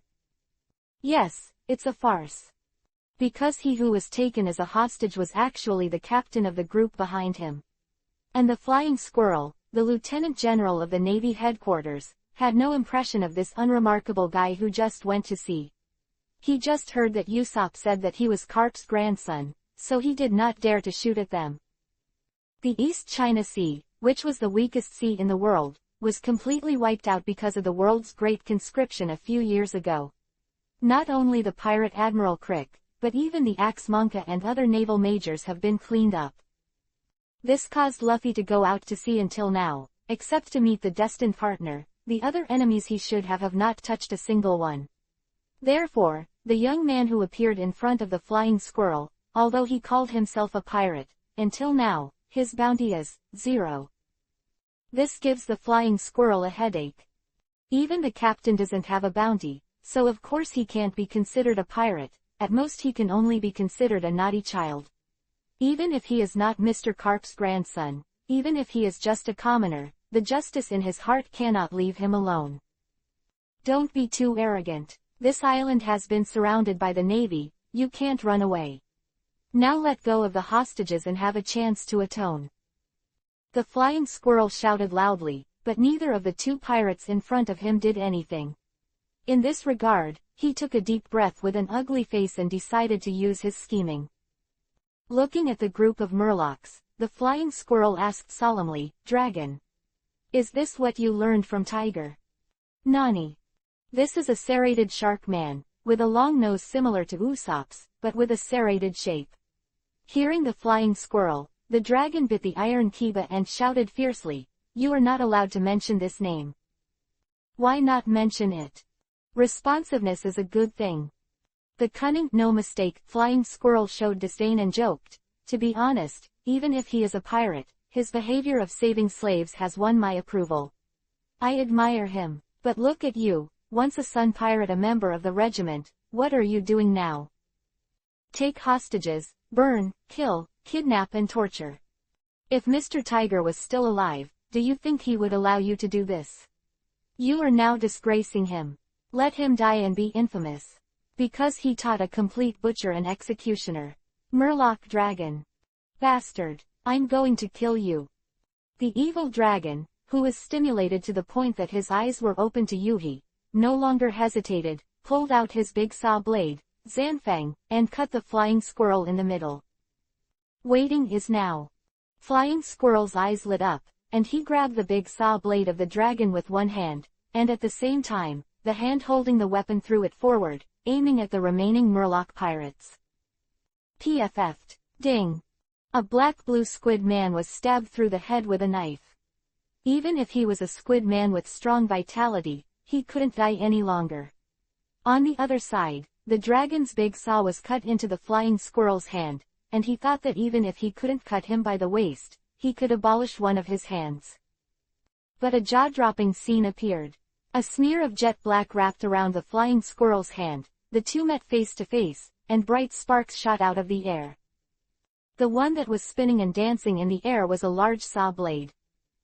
The Navy is terrible. The Navy is terrible. The timid Usopp saw this scene and was so frightened that the knife in his hand fell. The dragon looked at the flying squirrel in disbelief, bit Kiba and said, "Domineering." Flying squirrel didn't look at him, his eyes widened and he roared, "Why are you still standing there? Hurry up and run." This sentence was not only said to Luffy, but also to the old man over there. Not only was Luffy out of control, but the squid man that the flying squirt picked just now was the one who tied the old man with his tentacles. The two blinked at the same time, and then with an, "oh," sound, they stepped forward and ran forward. "Hey, you're really running." Green algae head Zoro twitched the corners of his mouth, regretting his decision to join the team. Hearing this, Luffy, who had just taken a step, was stunned for a moment, and suddenly realized that he slammed his palm. "Yes. I should be a hostage now." Then, under the flying squirrel's gaze, he ran back to Usopp, picked up the knife, put it in Usopp's hand, and got into the other's arm. Silence. Deathly silence. Not only the flying squirrel and the dragon, but even Zoro and others behind him were stunned by his actions. Then, "You think I'm stupid, you bastard." Flying squirrel became angry, kicked the dragon in front of him with one kick, raised his fist and hit Luffy. There was a strong domineering entanglement around that fist, which made Luffy feel a biting pain before he reached it. "Be careful, Luffy." "No." When? At the critical moment, Zoro stepped forward, 3 swords crossed in front of his chest, blocking the flying squirrel's powerful attack. However, his current strength is no match for the flying squirrel at all. The attack was blocked, and the flying squirrel gave him a rare high look, and then continued to exert force. Go away. Crack. Boom. In addition to the famous sword, He Dao Yi Wen, in the Big Fast Knife 21 work, the other two knives broke in an instant, and Zoro himself was punched out of the room under the sudden force of the flying squirrel. Sauron. The front. It seems to be noisy. The crowd on the street was running away, and seeing that they were about to arrive at the bridal shop, Robin suddenly had an ominous feeling in his heart. Well, guess what? Loya smiled and continued to walk on Robin's shoulders. He hadn't seen Luffy, nor the rest of the Straw Hats. He couldn't tell who was who by his breath alone. But the Sauron he had just shouted out was enough to point him out. No, Luffy, the opponent is Vice Admiral, you are not his opponent. At this moment, Nami was a little regretful. Why did she encourage Luffy to come to this island to find the dragon? The kingdom of evil dragons has been destroyed. Obviously, as long as he puts down his hatred, Luffy will be fine. And why? Obviously just want to take advantage of this foolish self. Will you feel pain now? I will do what I promise you, Nami. But if I hurt my comrade, I won't let it go so easily. Wiping the blood from the corners of his mouth, he pushed back the broken ribs. Luffy, panting, had firm eyes and continued to charge towards the flying squirrel. Rubber. Pistols. Snapped. Snapped. Two crisp sounds appeared abruptly in the center of the field, and that kind of touch meant that neither of them hit their target. Raised his head in astonishment, the flying squirrel's eyes widened. Loya, why are you here? Chapter 539 Give me face. Why can't I be here? Looking at the purple fur who had known each other for many years, a sincere smile appeared on the corner of Loya's mouth. Long time no see, Lieutenant General Flying Squirrel. After being stunned for a while, the flying squirrel also smiled and nodded in response. Ah, it's really been a long time, Lieutenant General Loya. No, I'm not a Lieutenant General of the Navy headquarters now. Loya loosened his clenched fists and corrected the flying squirrel. If this word gets out, both you and I will be in trouble. Are you afraid of trouble? The flying squirrel rubbed the fist that was clenched a little painfully. When the two of them had a conversation just now, they had already secretly fought each other. Of course, the answer is obvious. For Loya, the flying skier has no chance at all. I really can't see what you've done in the Navy headquarters before. People change, Lieutenant General Flying Squirrel. To be fair, I really hate trouble now. Just as the two were chatting peacefully, the rest of the room, except Luffy, all looked at Loya in horror. The soldiers in the Navy are a little better. After all, those who can follow the flying squirrels on missions are the backbone of veterans. But the pirate camp is not good, especially the most timid Usopp, who slumped on the ground directly. It's not good. It's not good. It's not good. Why is this monster here? It will die. We will die. Now in the whole sea, the people who fear Loya the most are not the Navy headquarters that overturned all the high-end combat power last year by 1-on-5, but these pirates. From entering the public eye to today, Loya has shown a zero-tolerance attitude towards pirates. He appeared here. Doesn't that mean that his group of people has become cold? Hey, Usopp, who is he? So strong. Seeing the performance of his companions, Luffy knew that the other party was not small, but with his character, it was difficult to remember a guy he had never met before. Nonsense. Of course. He is the reason why I don't want to go to sea. Hearing this, Usopp jumped up and grabbed Luffy's neck and shook violently, crying with snot and tears. How can it be repaired? Why, I just went to sea. I don't want to die like this. Quote. You are so annoying. Luffy grabbed the straw hat with one hand to avoid being shaken off by Usopp, and then asked Nami, Nami, do you know him too? Well, of course. Nami's eyes widened, and she swallowed hard. She is much calmer than Usopp, at least she can speak completely. The Navy headquarters, the former Vice Admiral known as the Butcher, is also the most powerful in the New World. The leader of the Undead Army, the Ice Dragon, Loya, Ice Dragon Loya. Luffy was talking about the name, and suddenly he pointed at Loya and said, "So you are the Ice Dragon, Loya that Grandpa asked me to be careful of." Grandpa. Not only Nami and Usopp, but also the dragon and flying squirrel looked at them strangely. It seems that Usopp said before that Luffy is the grandson of naval hero Garp. Judging from his tone, his grandfather should still know Loya. Is this true? Just kidding. Usopp blinked, stopped shaking, and pulled Luffy's face away. "Hey Luffy, I was lying just now. How could your grandfather know someone like Loya? So, it's just a coincidence." Because he was seriously injured in the battle with Loya, and he was fed up with the power of the world government, Garp chose to retreat to the second line in frustration and became the new chief instructor of the new barracks. However, as far as Caperna's character is concerned, it is based on his qualifications. The chief instructor, who should have been busy, was much more free than the middle general. Therefore, Garp often wanders around the East China Sea with warships, cleans up little pirates when he has nothing to do, helps a certain island to mediate disputes, etc., a retired veteran cadre who was idle and panic. This made Usopp, who lived in the East China Sea, very familiar with the name Garp, and also knew that Garp had a grandson. So just now, he took out this name and threatened the flying squirt not to do anything to them. "But, my grandfather really knows him. He also said that he must run far away when he meets him, and don't conflict with him." Luffy looked helpless. Obviously he was telling the truth. Why didn't everyone believe it? Loya. At this moment, Flying Squirrel turned his eyes and glanced at Loya. Then, in a group of people looking like hell, Loya nodded indifferently. "His grandfather is really Lieutenant General Garp. Nani. Naval hero, Iron Fist, Garp. The grandson of that big man. Is he really this kid? And why are you a pirate? The grandson of the naval hero who arrested Roger One Piece. Is he a pirate? What is good for people to say? Are you happy? Okay. Since it's Mr. Garp's grandson, I'm going to arrest him even more." After the shock, the flying squirrel was the first to come back to his senses.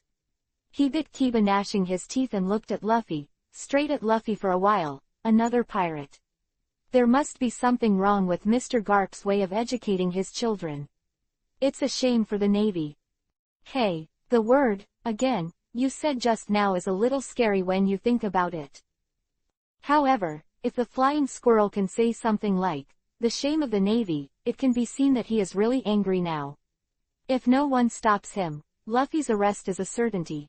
After all, at this point in time, Drago was still busy fighting back against the Antonio family on the Great Route, and didn't have the time to pay attention to his sons going to sea. "You're not allowed to scold my grandpa. Are you going to fight, bastard?" Who knows? After hearing the flying squirrel's words, Luffy jumped out before he could do anything. This made Loya's head full of black lines. "Anyway, you grew up in the forest. What level of the enemy is, can't your monkey sixth sense detect it?" "Okay, exactly what I want." Sneering and rubbing his fists, the flying squirrel had a gloomy old face, and armament hockey wrapped around his fists. "Tisk, it's really troublesome." Looking at the two guys who didn't agree with each other and immediately started to fight, Loya rubbed his temples in distress.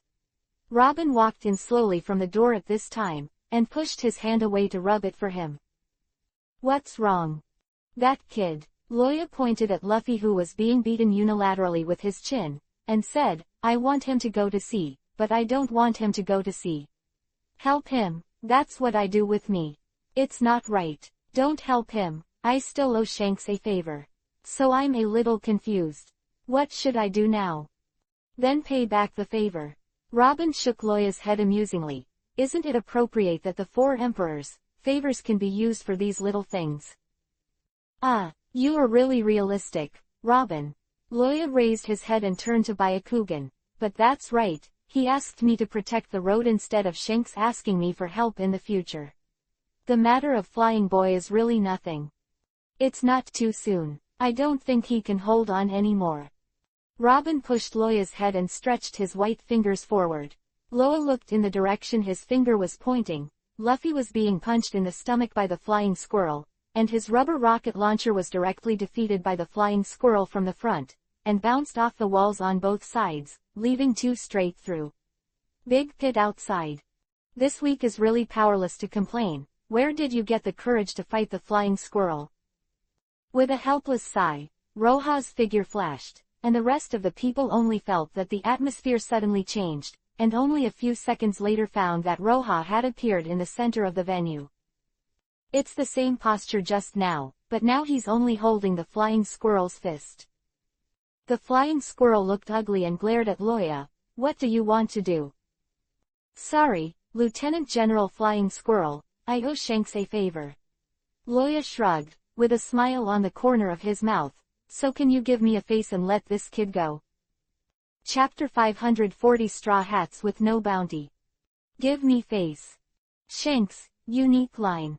On top of a scene as big as a war, the phrase, give me face, stopped the battle between the pirates and the Navy, and also allowed Whitebeard and Ace to settle down in peace.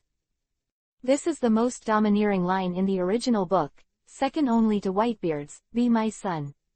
Quote ellipsis. Heck, let's get down to business. Although this line is domineering, it must be said with corresponding strength. If others are afraid of your strength, they will naturally give you a face. Otherwise, it is to stick out your face and put it in the opponent's hand to be beaten, commonly known as, oh beat. As a crew member on the ship of the New World 4 Emperors and One Piece Roger, Shanks is qualified to let others give him face, regardless of his qualifications or strength. Although the current Loya is not as senior as Shanks, his strength is more daunting than Shanks.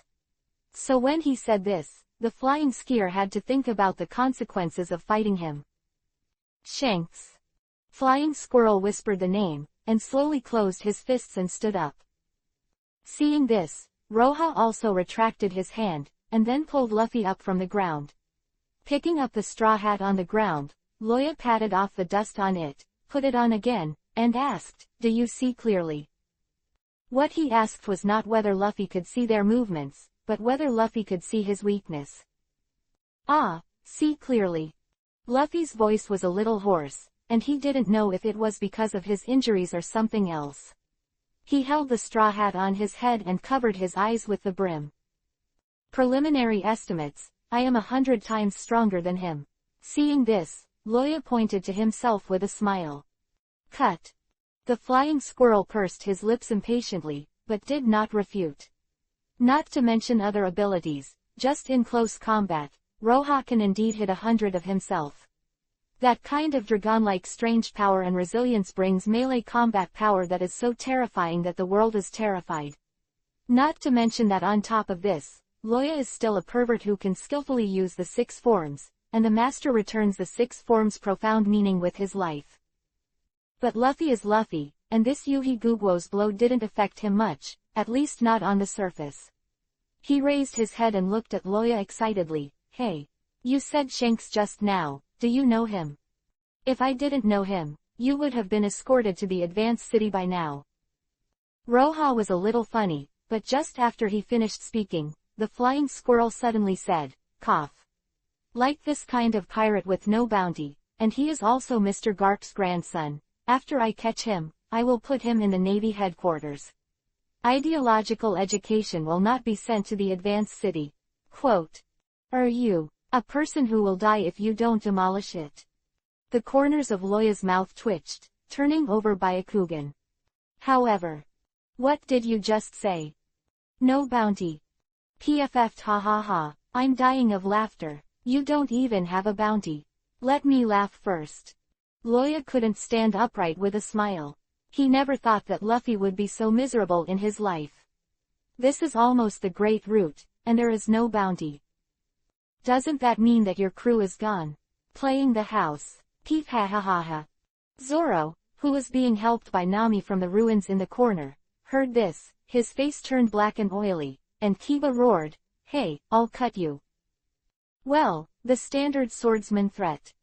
The consequence of the naval conscription is that Sauron, the famous pirate hunter in the East China Sea in the original book, often cannot find a prey for 10 days and a half months, plus he must get lost.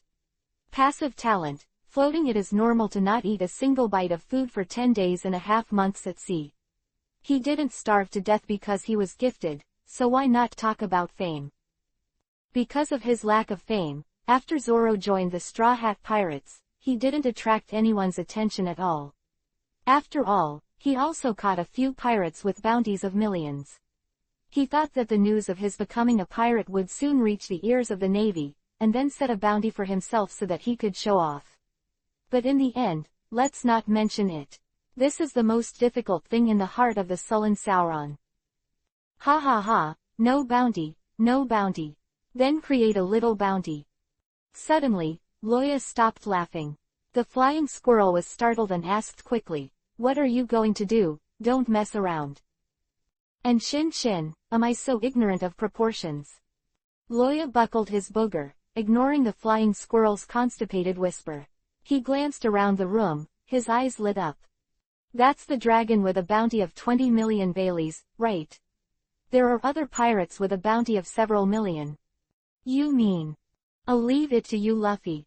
Roha turned around and patted Luffy's shoulder, and said under the stare of the opposite, "Now you are all seriously injured. If you can defeat the evil with a bounty of 20 million in this situation, dragon, then your bounty is at least 30 million or more.